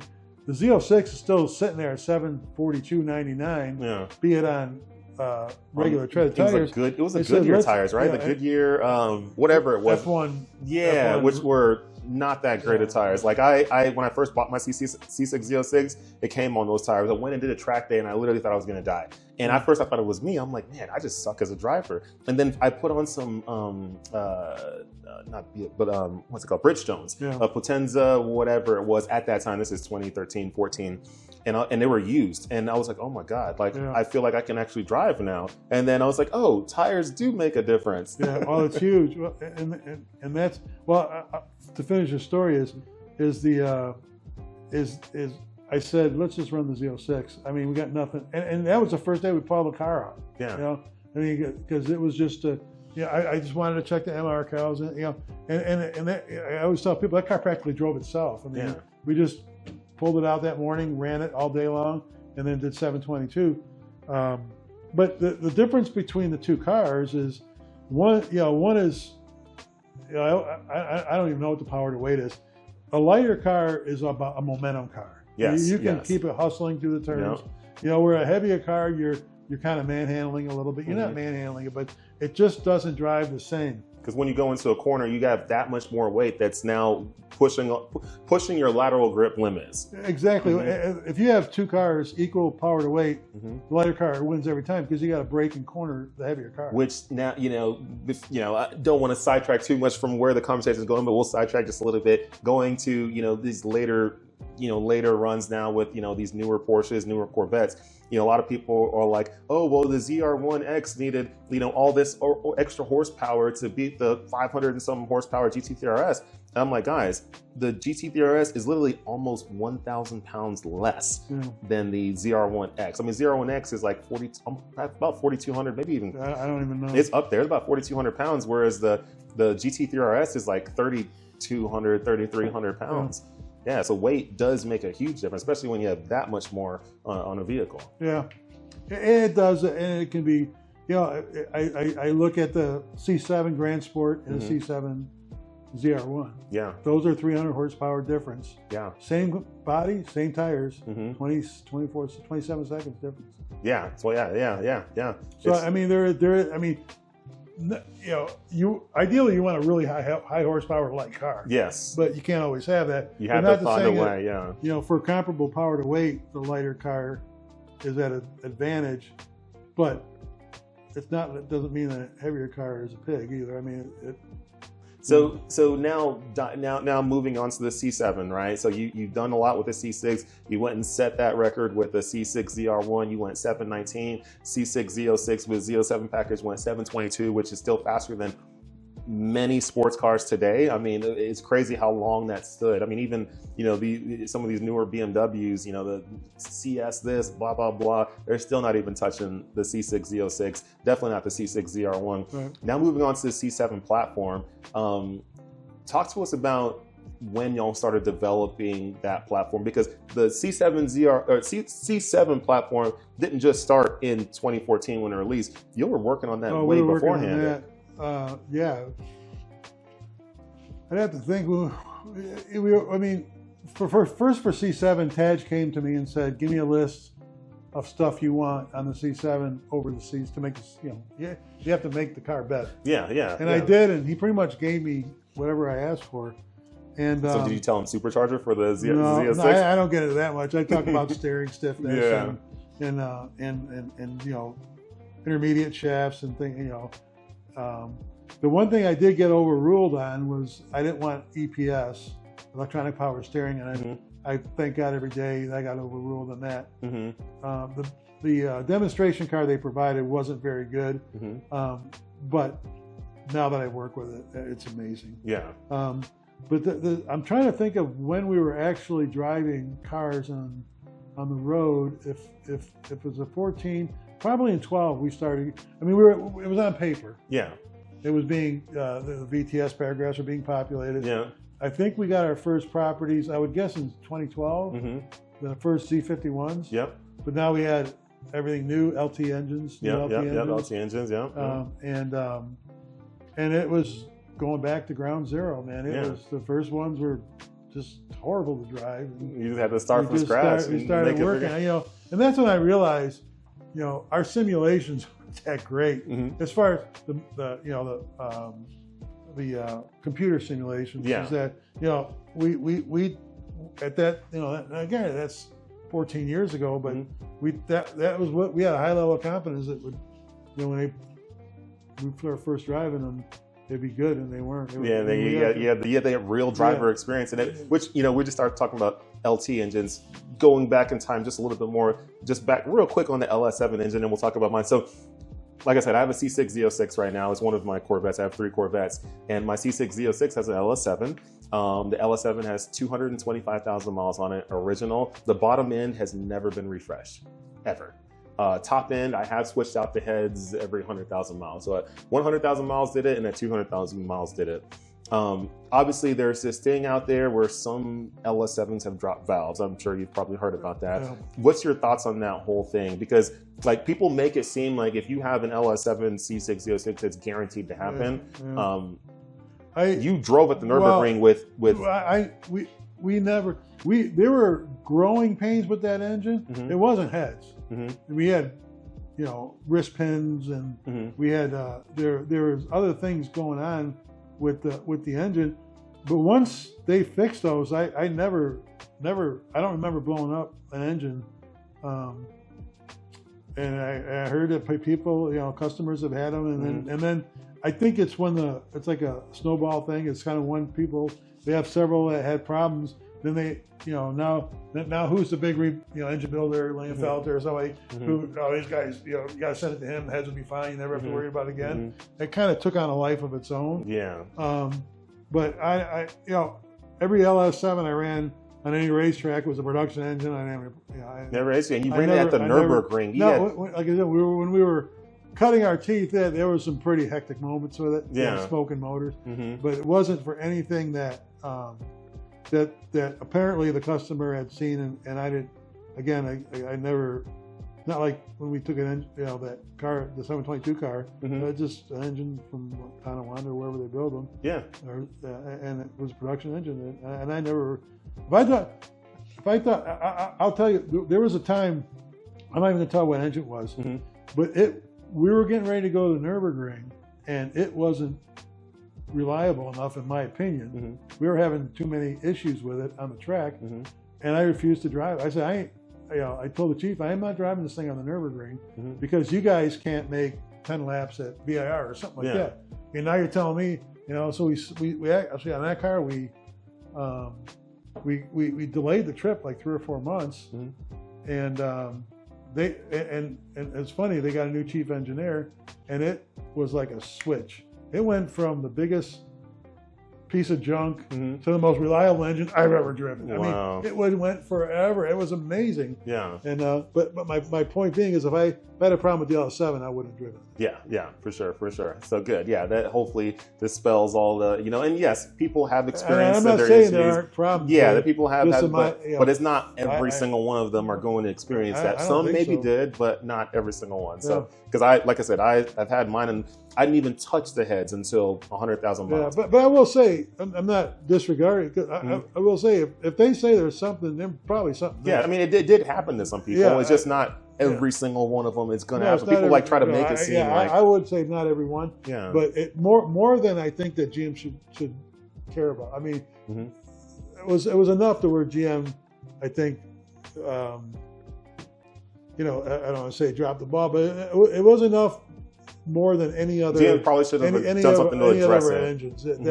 That one is, even though everybody loves it, it's kind of a little bit of an outlier because of that reputation. Yeah. Which I don't know anything about. Yeah. So now, going back into the C7 stuff, and we'll stay on Z06s, right? So the Z06, like, what was your thoughts on that platform? How did you like it as a car? Because I know it did deal with its heating issues or cooling issues, where the thing would get too hot, and it might have been because the supercharger didn't have enough cooling, whatever. What was your thoughts on that car? How'd you like it on the track, whether it was here, Nurburgring?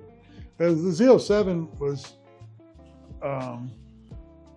it's like a 3,600 pound car. It feels like a 3,100 pound car. It's up there. Yeah. It was. And the manual was a rocket. That car we ran 710, and it was, and actually it was, we talk about how come that video was never posted. Taj actually announced we had a time in the video. Yeah. And so it did run at 710. Yeah. Oh wow. And I'll show it to you later. Yeah. Love to see it. The problem was, because of the cooling issues, the supercharger lid and the intercooler was designed height-wise for there was a European requirement that if you hit somebody and they bounce on the hood and go over the top, you got to have a certain amount of crush on the hood. Wow. Right?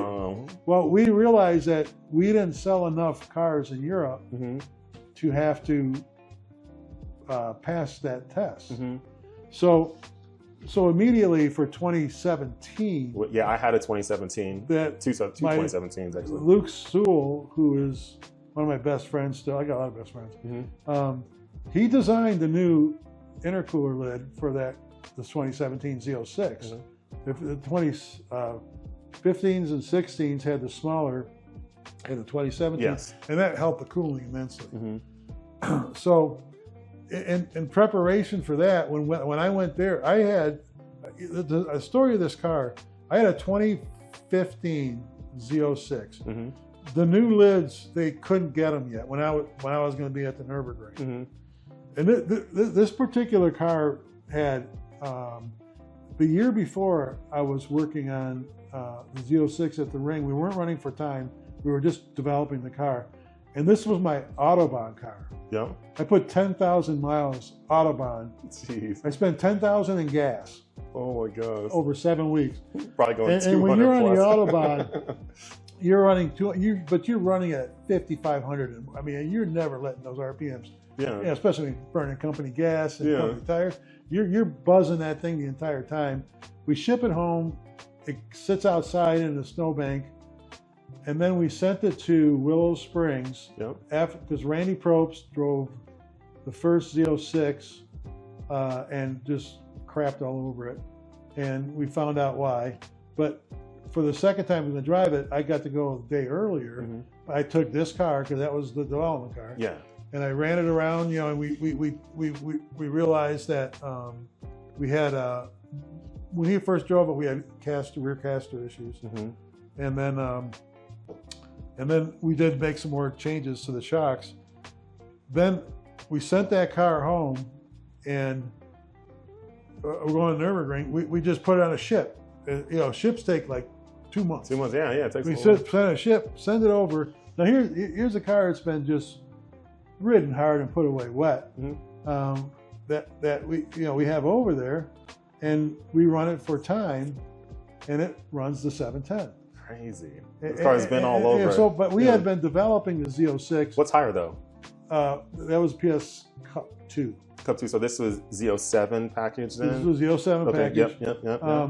The previous year we had been there. We were there for 5 weeks in the fall, working on the Z06. But we were working with a lot of ABS stuff and a lot of chassis stuff still. But we weren't ready for them for time. The next year we went back and we ran for time, and that's when we ran 710, and it was. I ran 2 laps in that one, and I ran 7:11 and 7:10. And at that point, okay, so but it had the small lid on it. Yep. So in order, you know, we were kind of thinking, what can we do for our customers? They have the small lid instead of forcing them to buy a bigger lid and go through all expenses. One of the calibrators said, let's come up with a 100 octane spark cal that you can run 100 octane fuel on a racetrack. But you can jar it or advance the spark. I don't remember. Change the spark table so the car runs a lot cooler. Yep. And then we'll just sell it. You know, if you and you have a race fuel tune that you can get. That you can get, but we also made sure to run an 87. Yes, yeah, because it has to. Yeah. So we put that cal in the car, and that's what I ran, and it didn't cool like the big lid, the actual 2017 car, but it did a lot better than the a non 100 octane car.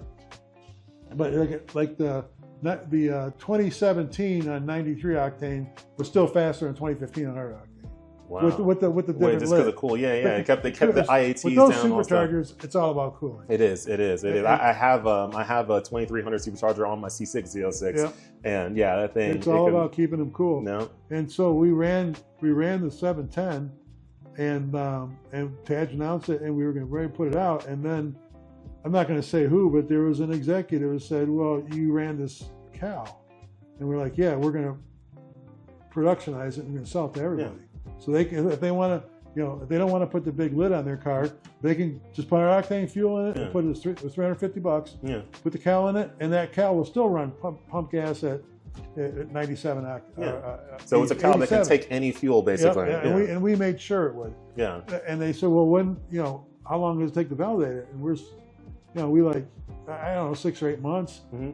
And they said, well, you can't put the lap out until it's available in every 50 states. I said, do you realize right now the only car that would have been faster, production car, I didn't even call it, was a GTR Nismo. Yeah. 709. 708, I think 708 maybe. Something like that. Well, whatever it was. Yeah, it was right there. I said, it would have been faster. I said, and to this day, the upgrade to that car just became available. And that lap was several years old at the time.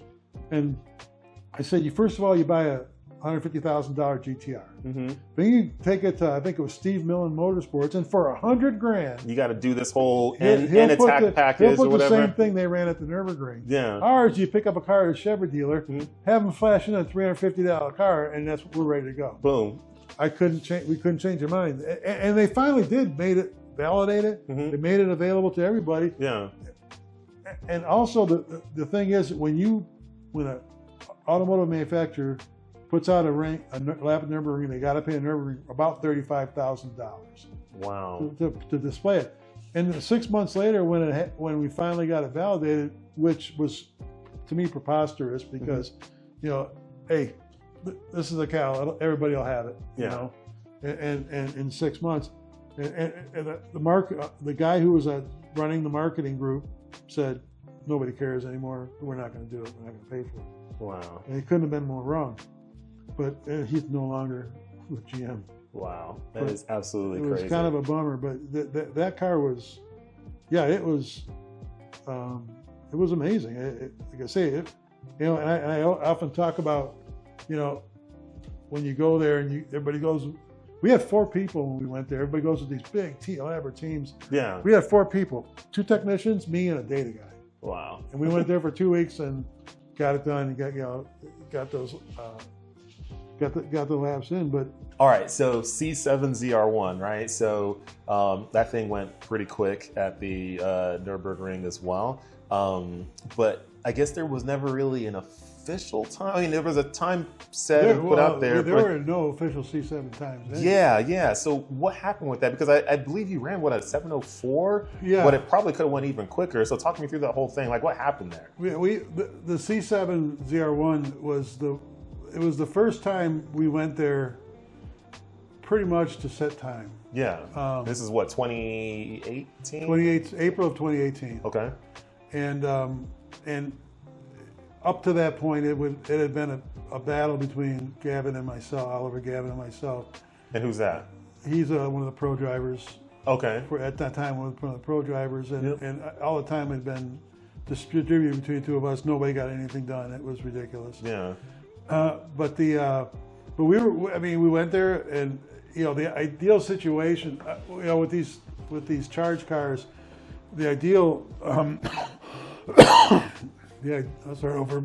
With a normally aspirated car, the ideal situation is you want to be cold. Yeah, oh yeah, you need the best air possible because air makes a difference with these cars. The year before, in April 2017, when we were running, those cars were making closer to 800 horsepower. Wow. And we thought, okay, if we go 2018, same time, unfortunately it was 75 to 80 degrees every day. Yeah, so that's gonna heat. You're gonna lose at least what 20-ish horsepower or so, 20, 30. I would say more like 50 in that car. Oh wow. So, but I mean, it was still doing pretty good. I mean, but we had 2 good weeks. We got a lot of laps in,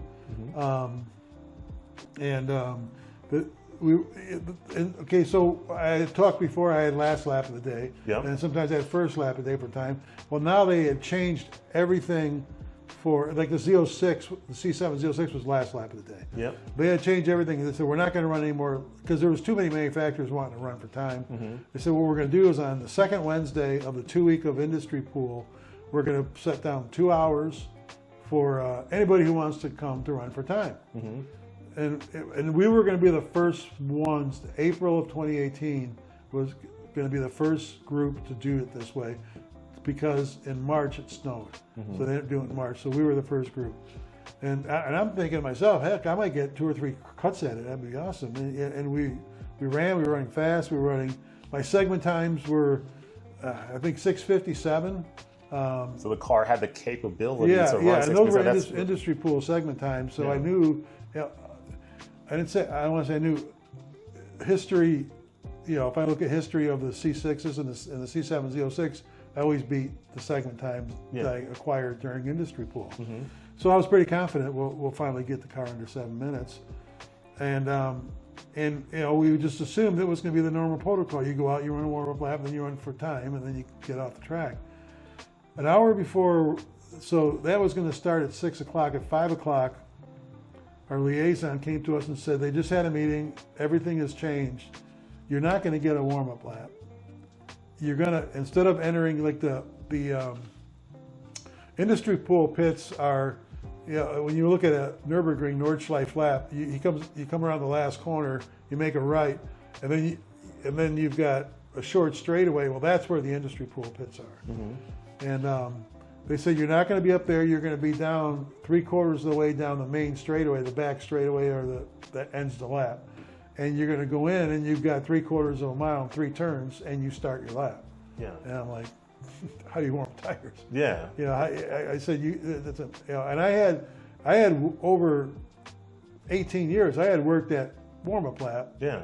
So you knew what to do to get those tires up to peak grip temperature. at the first turn, but I didn't overuse them. You just don't go out on a 13-mile lap and start horsing the car around. Yeah. You just bring it up really slowly, and then I had a couple of test spots, like I think it was a curve called ice curve that I come around the current turn before ice curve, go wide open throttle, second gear. The car had grip, and I knew it was good. If it didn't, I worked a little bit more. Nonetheless, I had it down to where I'd have optimum pressures and temperature at the start of the lap. 18 years of experience to understand that you needed to get this if you wanted to go set that lap. And it goes out the window an hour before you run. And how? What happened? Like, why'd that happen? The industry pool, they had a meeting, and the Nurburgring management just said, I don't know their rationale, but they just said, this is the way it's going to be run from now on. We're going to start it.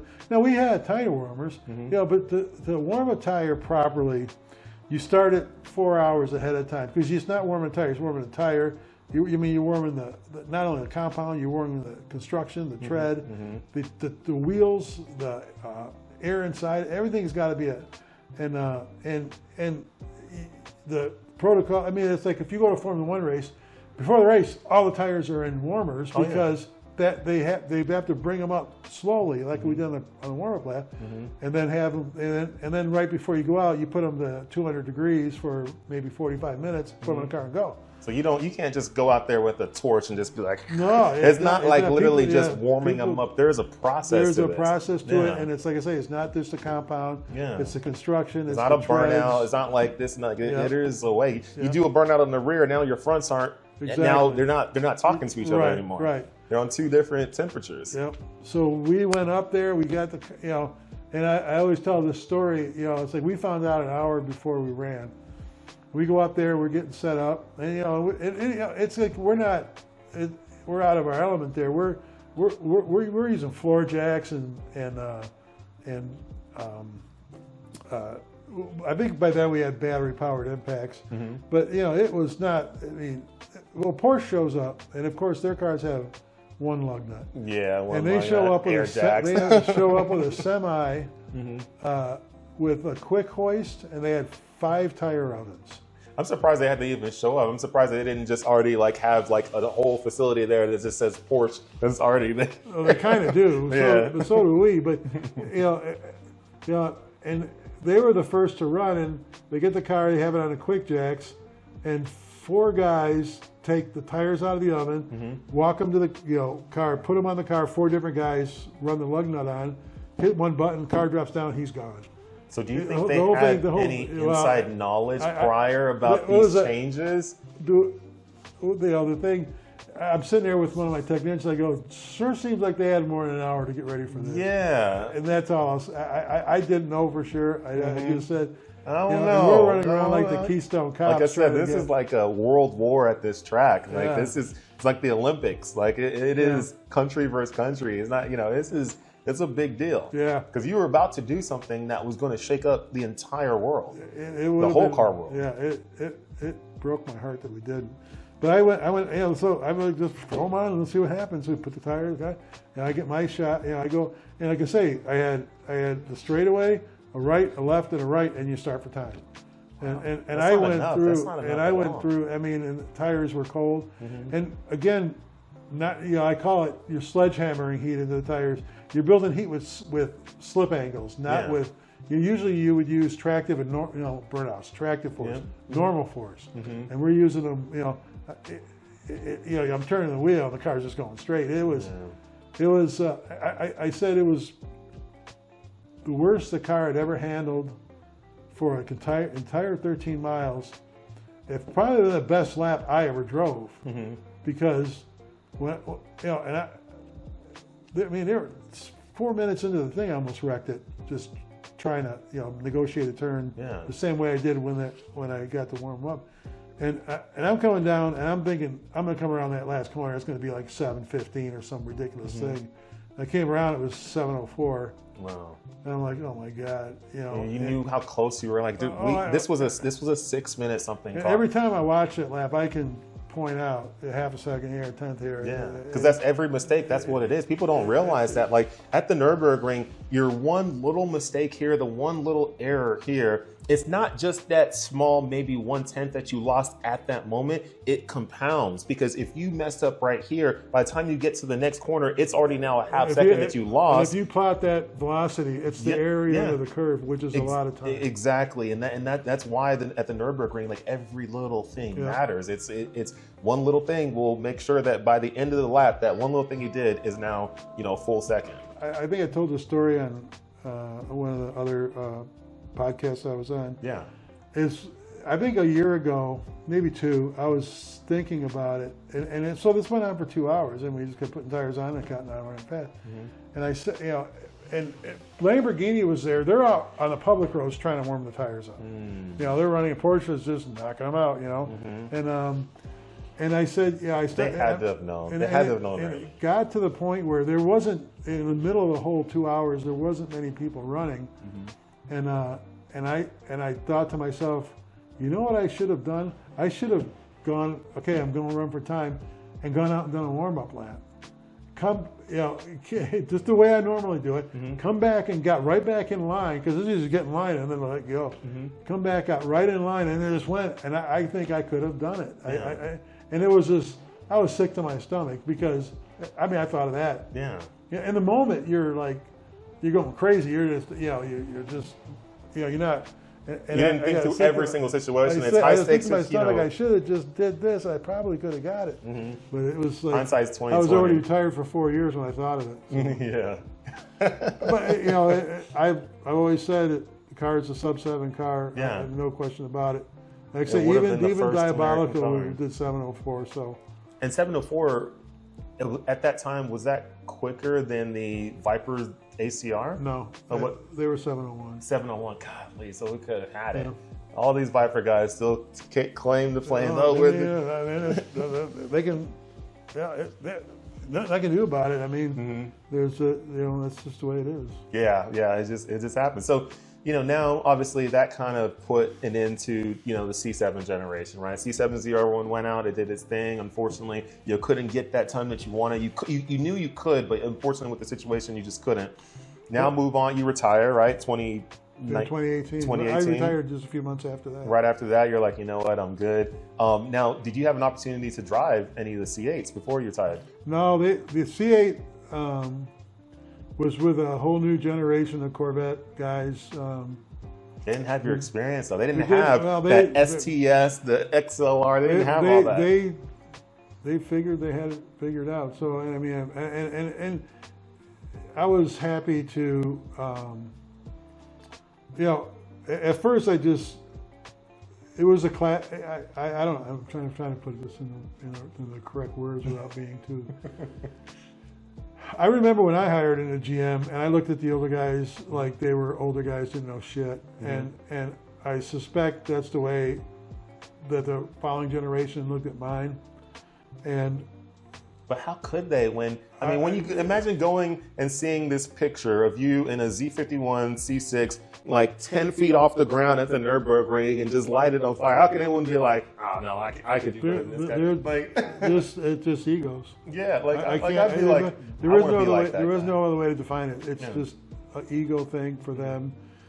And I was fine. It didn't bother me at all. I just, I would listen to the conversations and I'd shake my head and I'd just move on, Yeah, you're like, I've done my part. And that's not a dig on the car. I mean, I've still never driven one. You still haven't driven one? No. Oh my God. If you come to Southern California ever, let me know. I have a C8 Z06 right there. It's probably second highest mileage one in the country, I think. I'll let you. I may take you up on it. I'll let you drive. I'm curious. Yeah. I mean, I'm curious about it. I love it, everybody I talk to loves them. So I'm sure that they're good cars. They're great cars, and that they did hopefully what I hope they would do when I drove all those other mid-engine cars. Oh yeah, no, it is a pretty solid car. So now, what's your thoughts on these new times that's come out? The C8 Z06 did a 711 or 11? 711. The C8 ZR1 did a 650. Yep. And then the ZR1X did a 648. There's a ton of different talk out there. I mean, a lot of people praise it, like good job, it's great to go that fast. It's great. But then some people are like, oh, well, it needed all this power to do it. What's your thoughts on that?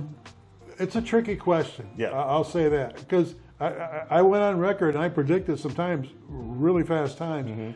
I thought the car would do around in the 630s, maybe around a 630. My analysis showed an optimal lap of 623. I'm not, and I had to use C7 data to get those numbers.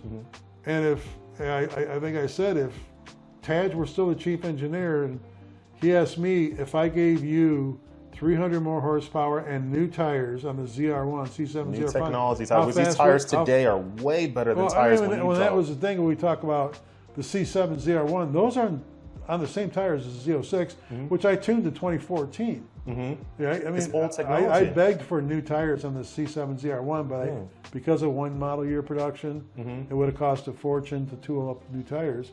But I knew what the Michelin guys were capable of doing in 5 months, let alone 5 years. Yeah. So if if he said you could do new tires and you got 300 more horsepower, what would you predict the car would be? I probably wouldn't have been. I mean, because it was me, I might have padded it a little bit. I mean, I might have said, well, instead of 623, 628, just to lower their expectations. Yeah. But it wouldn't have been far off. I mean, that's what I think, the car would have done. And I'll also say, those three guys driving are awesome drivers. Yeah. Similar backgrounds to you as far as a lot of SCCA, a lot of And I will say, those three guys driving those cars are awesome drivers. They have great background, very similar to mine as far as on the track. And I try to rationalize it, and I can't. I don't. People say it's the drivers. It's not drivers. I guarantee you, it's not drivers. And I'll go back to the story about with me and Jan. Yeah. Sometimes the pro drivers, depending on which ones. And I first of all, I had to, like I say, I had to defend my turf against Gavin O'Connell and Jan. And I know Gavin was over there driving the C8s. Okay. I know he drove the C8. I know he drove the C8 Z06, and I know he drove the ZR1. If Gavin would have been a lot faster than those guys, he would have been driving. All right. I'm telling you, Gavin wasn't faster. Yeah. They're underestimating the abilities. I mean, it's not like they just, sometimes they want to say, oh, you just picked these guys out of the design group and made them drivers.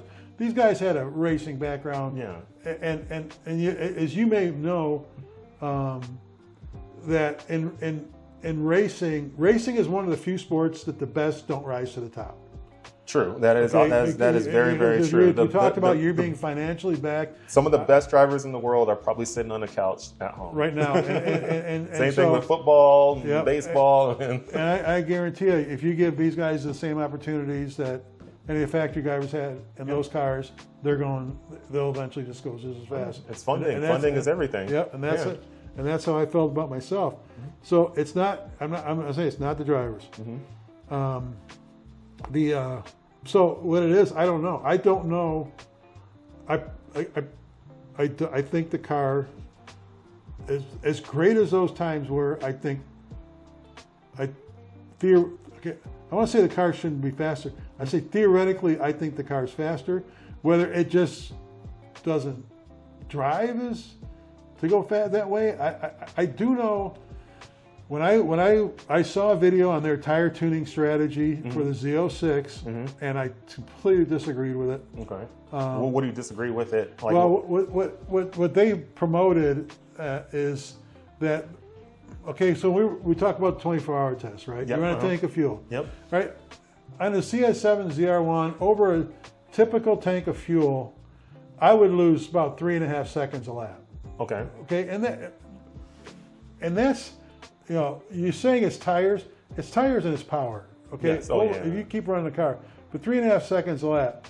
Some of the data they showed more. Maybe on some guy it did. Yeah. I pulled up some of my runs, 3.5 seconds a lap. And some of the other guys didn't think that was acceptable, so they thought with the Z07 tuning strategy, they wanted to bring that back end of the curve up, and so you would lose a second a lap. And I think somebody even said, oh yeah, some of our guys got their fastest lap on the last lap.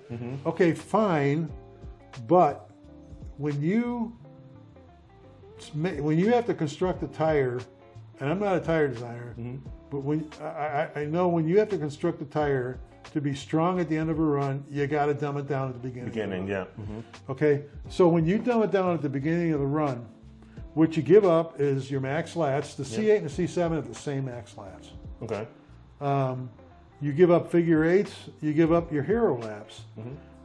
A 98th below or a 98th percentile driver or below are never going to see the benefits from making the tire stronger at the end of the run because they're running several seconds a lap slower, and they don't get that. They're going to be about the same every time. They're not going to see this boom and then boom. They're just going to be here. They don't get the drop off. So, when I saw that, I said, you're gonna, you're tuning the tire for a handful of guys running tanks of fuel, and the customer sees no benefit, but you lose, like I say, max laps, you lose rear laps, and you lose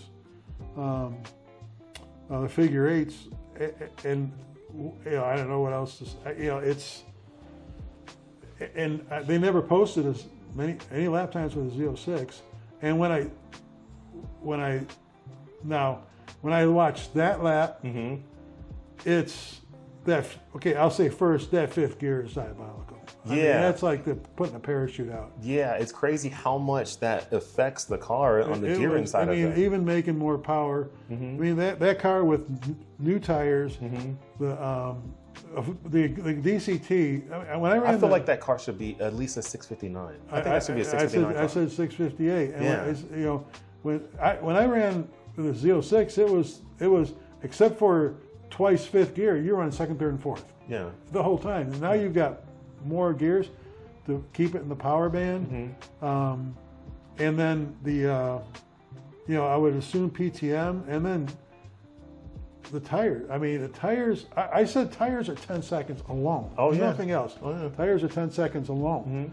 And when I saw the time, I said, holy crap, because, it's not slower than the C7, it's about 3 seconds faster, because where they took the time, back when I was doing it, you know, when you come around last corner, there was a difference start and finish line. Yes, yeah. So there was one up, and I think it's just so you get the car off the track. And if you look at Porsche's times, they do two different times.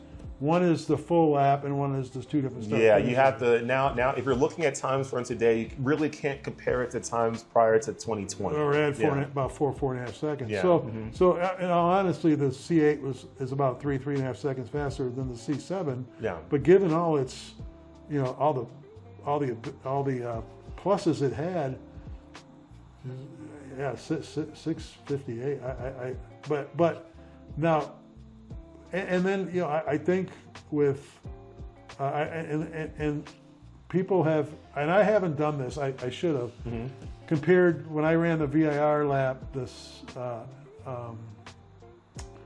when we ran the record in the C7 ZR1, and then they ran the C8 ZR1, a lot of people said that the C7 was cornering way faster than the C8, right? And then obviously 300 more horsepower. So that leads me to believe that maybe, you know, the cornering of the new car, given their tuning strategy, may not be what at least I think it should be, and nobody cares what I think. But you know, I just I can't put any for the ZR1. The Z06 is that fifth gear is just that car just quits accelerating. Yeah. And and you need it there. And I think most people now realize that they did that gearbox for the ZR1, but I'm like, then why wouldn't you do a separate set of gears for the Z06? It's a $140,000 car. Yeah. And it's not optimized. My I guess went and tried to do a top speed run with it at it was like maybe I had like a mile or a mile and a half to run, and it was going. It got up to 160 miles per hour, pretty easy, pretty good. And then after that, 160 to 165 just was not happening. The C7 was faster on the Nurburgring straightaway than the C8. Crazy. With less power. With less power. Yeah. And it was that small lid car. It wasn't even the big supercharger lid. It was a small one, 118 watts, and it was faster. I mean, with less. I mean, wing is more. Is downforce. More. It's got the wing has the same downforce with less drag. Yeah. So it's more. It's more optimal in the way it runs on the track. All wings are always better than spoilers. I mean, spoiler, you get downforce, but you also get drag. Yeah. And even with that, the C7 was faster on straightaway. So I could see why they're not selling. The C8 should be better on Nurburgring. Definitely should be better. I think it did really good. I just think it can be better. Just a couple little tweaks and changes. And who knows? I know they're still working on some more variants, so they could come out with a more track-oriented variant that's like, hey, this is our Z06, whatever, you know. And then all of a sudden, you know, they're going back to Nurburgring and they're doing a sub-6, you know, Sub-7. I hope so. You know, again, if you come back, if you eliminate the drivers as part of the problem, and I have. Then it's the car, and then when I look at some of the cornering stuff that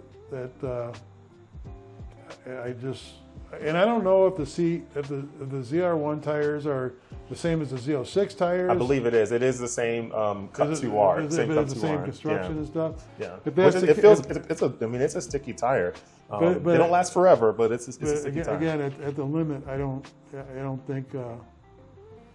I think they got what they wanted for longevity, but I think they sacrificed overall performance on the first, the hero laps, for, again, I say something 98% of customers would never even realize.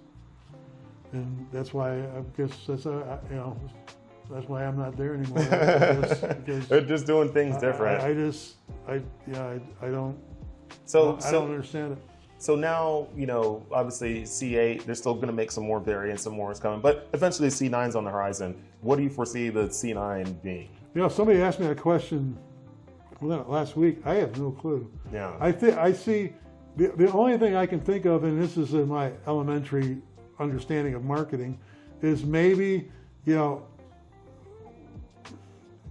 these concept cars are making 2,000 horsepower. Mm-hmm. I think you might see it. I have nothing to base this on. Mm-hmm. We've went through the C7, which is styling-wise is a rough edge car, yep. And a C8. I think maybe you might see it start to progress back towards like a C6 look, smoother edges, mm-hmm. And things like that. And now with the new technology of electric, who knows? I mean, like I said, when those concept cars making 2,000 horsepower, and the availability to put it all on the ground, sky's the limit, man. It could be crazy. I think with hybrid technology, it makes it a lot easier to put 2,000 horsepower to the ground. I think going hybrid route is definitely the way to go. I'm not a fan of going full electric. Unfortunately, you take away too much of the rawness of the car. You take too much away from the emotions of the car. But if they do hybrid, I think that would be a happy medium where you can have all the power in the world, but you can still have some type of V8 or whatever. Breathing at you, Exactly. I think that's what people want. They want that feeling. I agree. I'm sure if you sample every Corvette owner on an electric Corvette, you'll get a 100% no. Most definitely. Let me go through. All right, so now we're going to go into some of our wrap-up questions here, right? So, in your opinion, what is the greatest motor ever for the sports cars that GM has ever produced? Well, okay, I have to eliminate. I mean, okay, even though I've never driven them,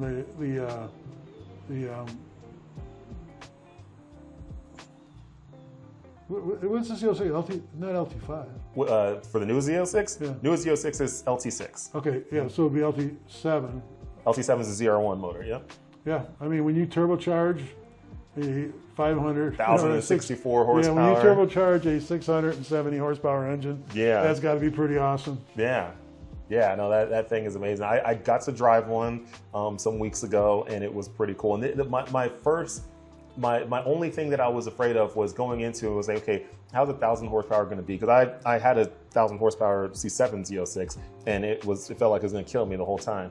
This didn't. Like, it actually, the way they tuned the torque management made it livable, where you could drive it, get up to speed without feeling like you're just going to end up in a fence. Right. So I really like that a lot. So I'm happy GM was able to figure out how to tune all the torque stuff so that it could deliver power in a fun but somewhat safe manner, so that you could get up to the speeds you want to get up to. Yep.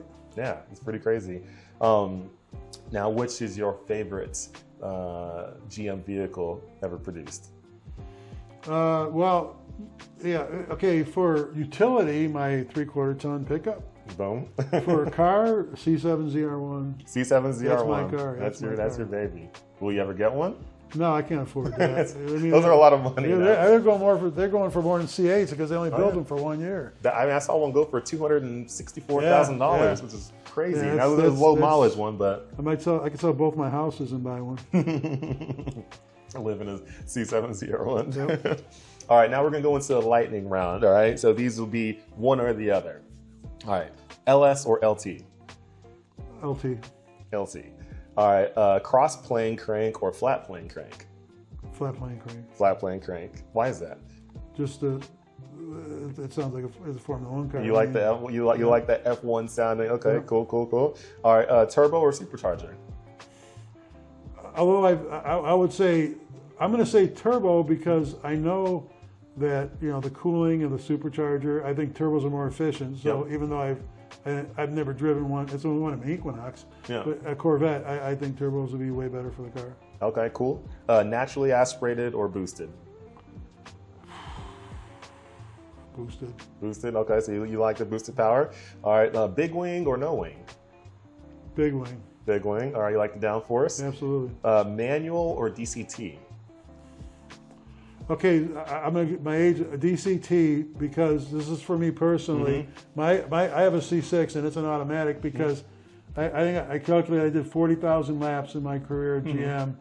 I've done enough shifting. Your left foot hurts a little bit. I'm not going to the racetrack. I want to throw the golf clubs in the back of the car and go to the course. So I'm taking DCT, so I don't have to. I can just put it automatic. All right, mid-engine or front engine? Front engine. Front engine. Now, why is that? It's because maybe I'm a purist, and maybe I'm old school. And I think what's happened recently. I think given proper equal horsepower and tires, right now I sure think that the C7 would stand its ground against the C8. Yeah. Okay, cool. Fair enough. Convertible or coupe? Coupe. As many times I drove convertibles, I never put the top down. Yeah. Air conditioning on, I want to be able to hear the stereo. Rear-wheel drive or all-wheel drive? All-wheel drive. All-wheel drive, okay. Done correctly. Yes. 6-speed or 7-speed? 7. 7, okay. So manual in the C7s, you like that a lot? Yeah. All right. Z06 or ZR1? ZR1. ZR1. Oh yeah. I mean, you said C7 ZR1 is one of your favorites, so that makes sense. So, yeah, man, this is that's it. I mean, we hit a bunch of great questions. We talked about a whole bunch of stuff. It was great hearing these stories from the Nurburgring, your time helping developing these vehicles, your time with the C5, C6, C7. Thoughts on C8. I mean, this was a really, really good interview. So, thank you so much for your time and sharing all this stuff. I learned a bunch today, which is really awesome. I appreciate you taking interest, and I just want to say, I never think it's about me. I think it's all the fine people I've worked with through my career that, some of the stories. I mean, there's people, design release engineer. I make late changes, they would do it, and just.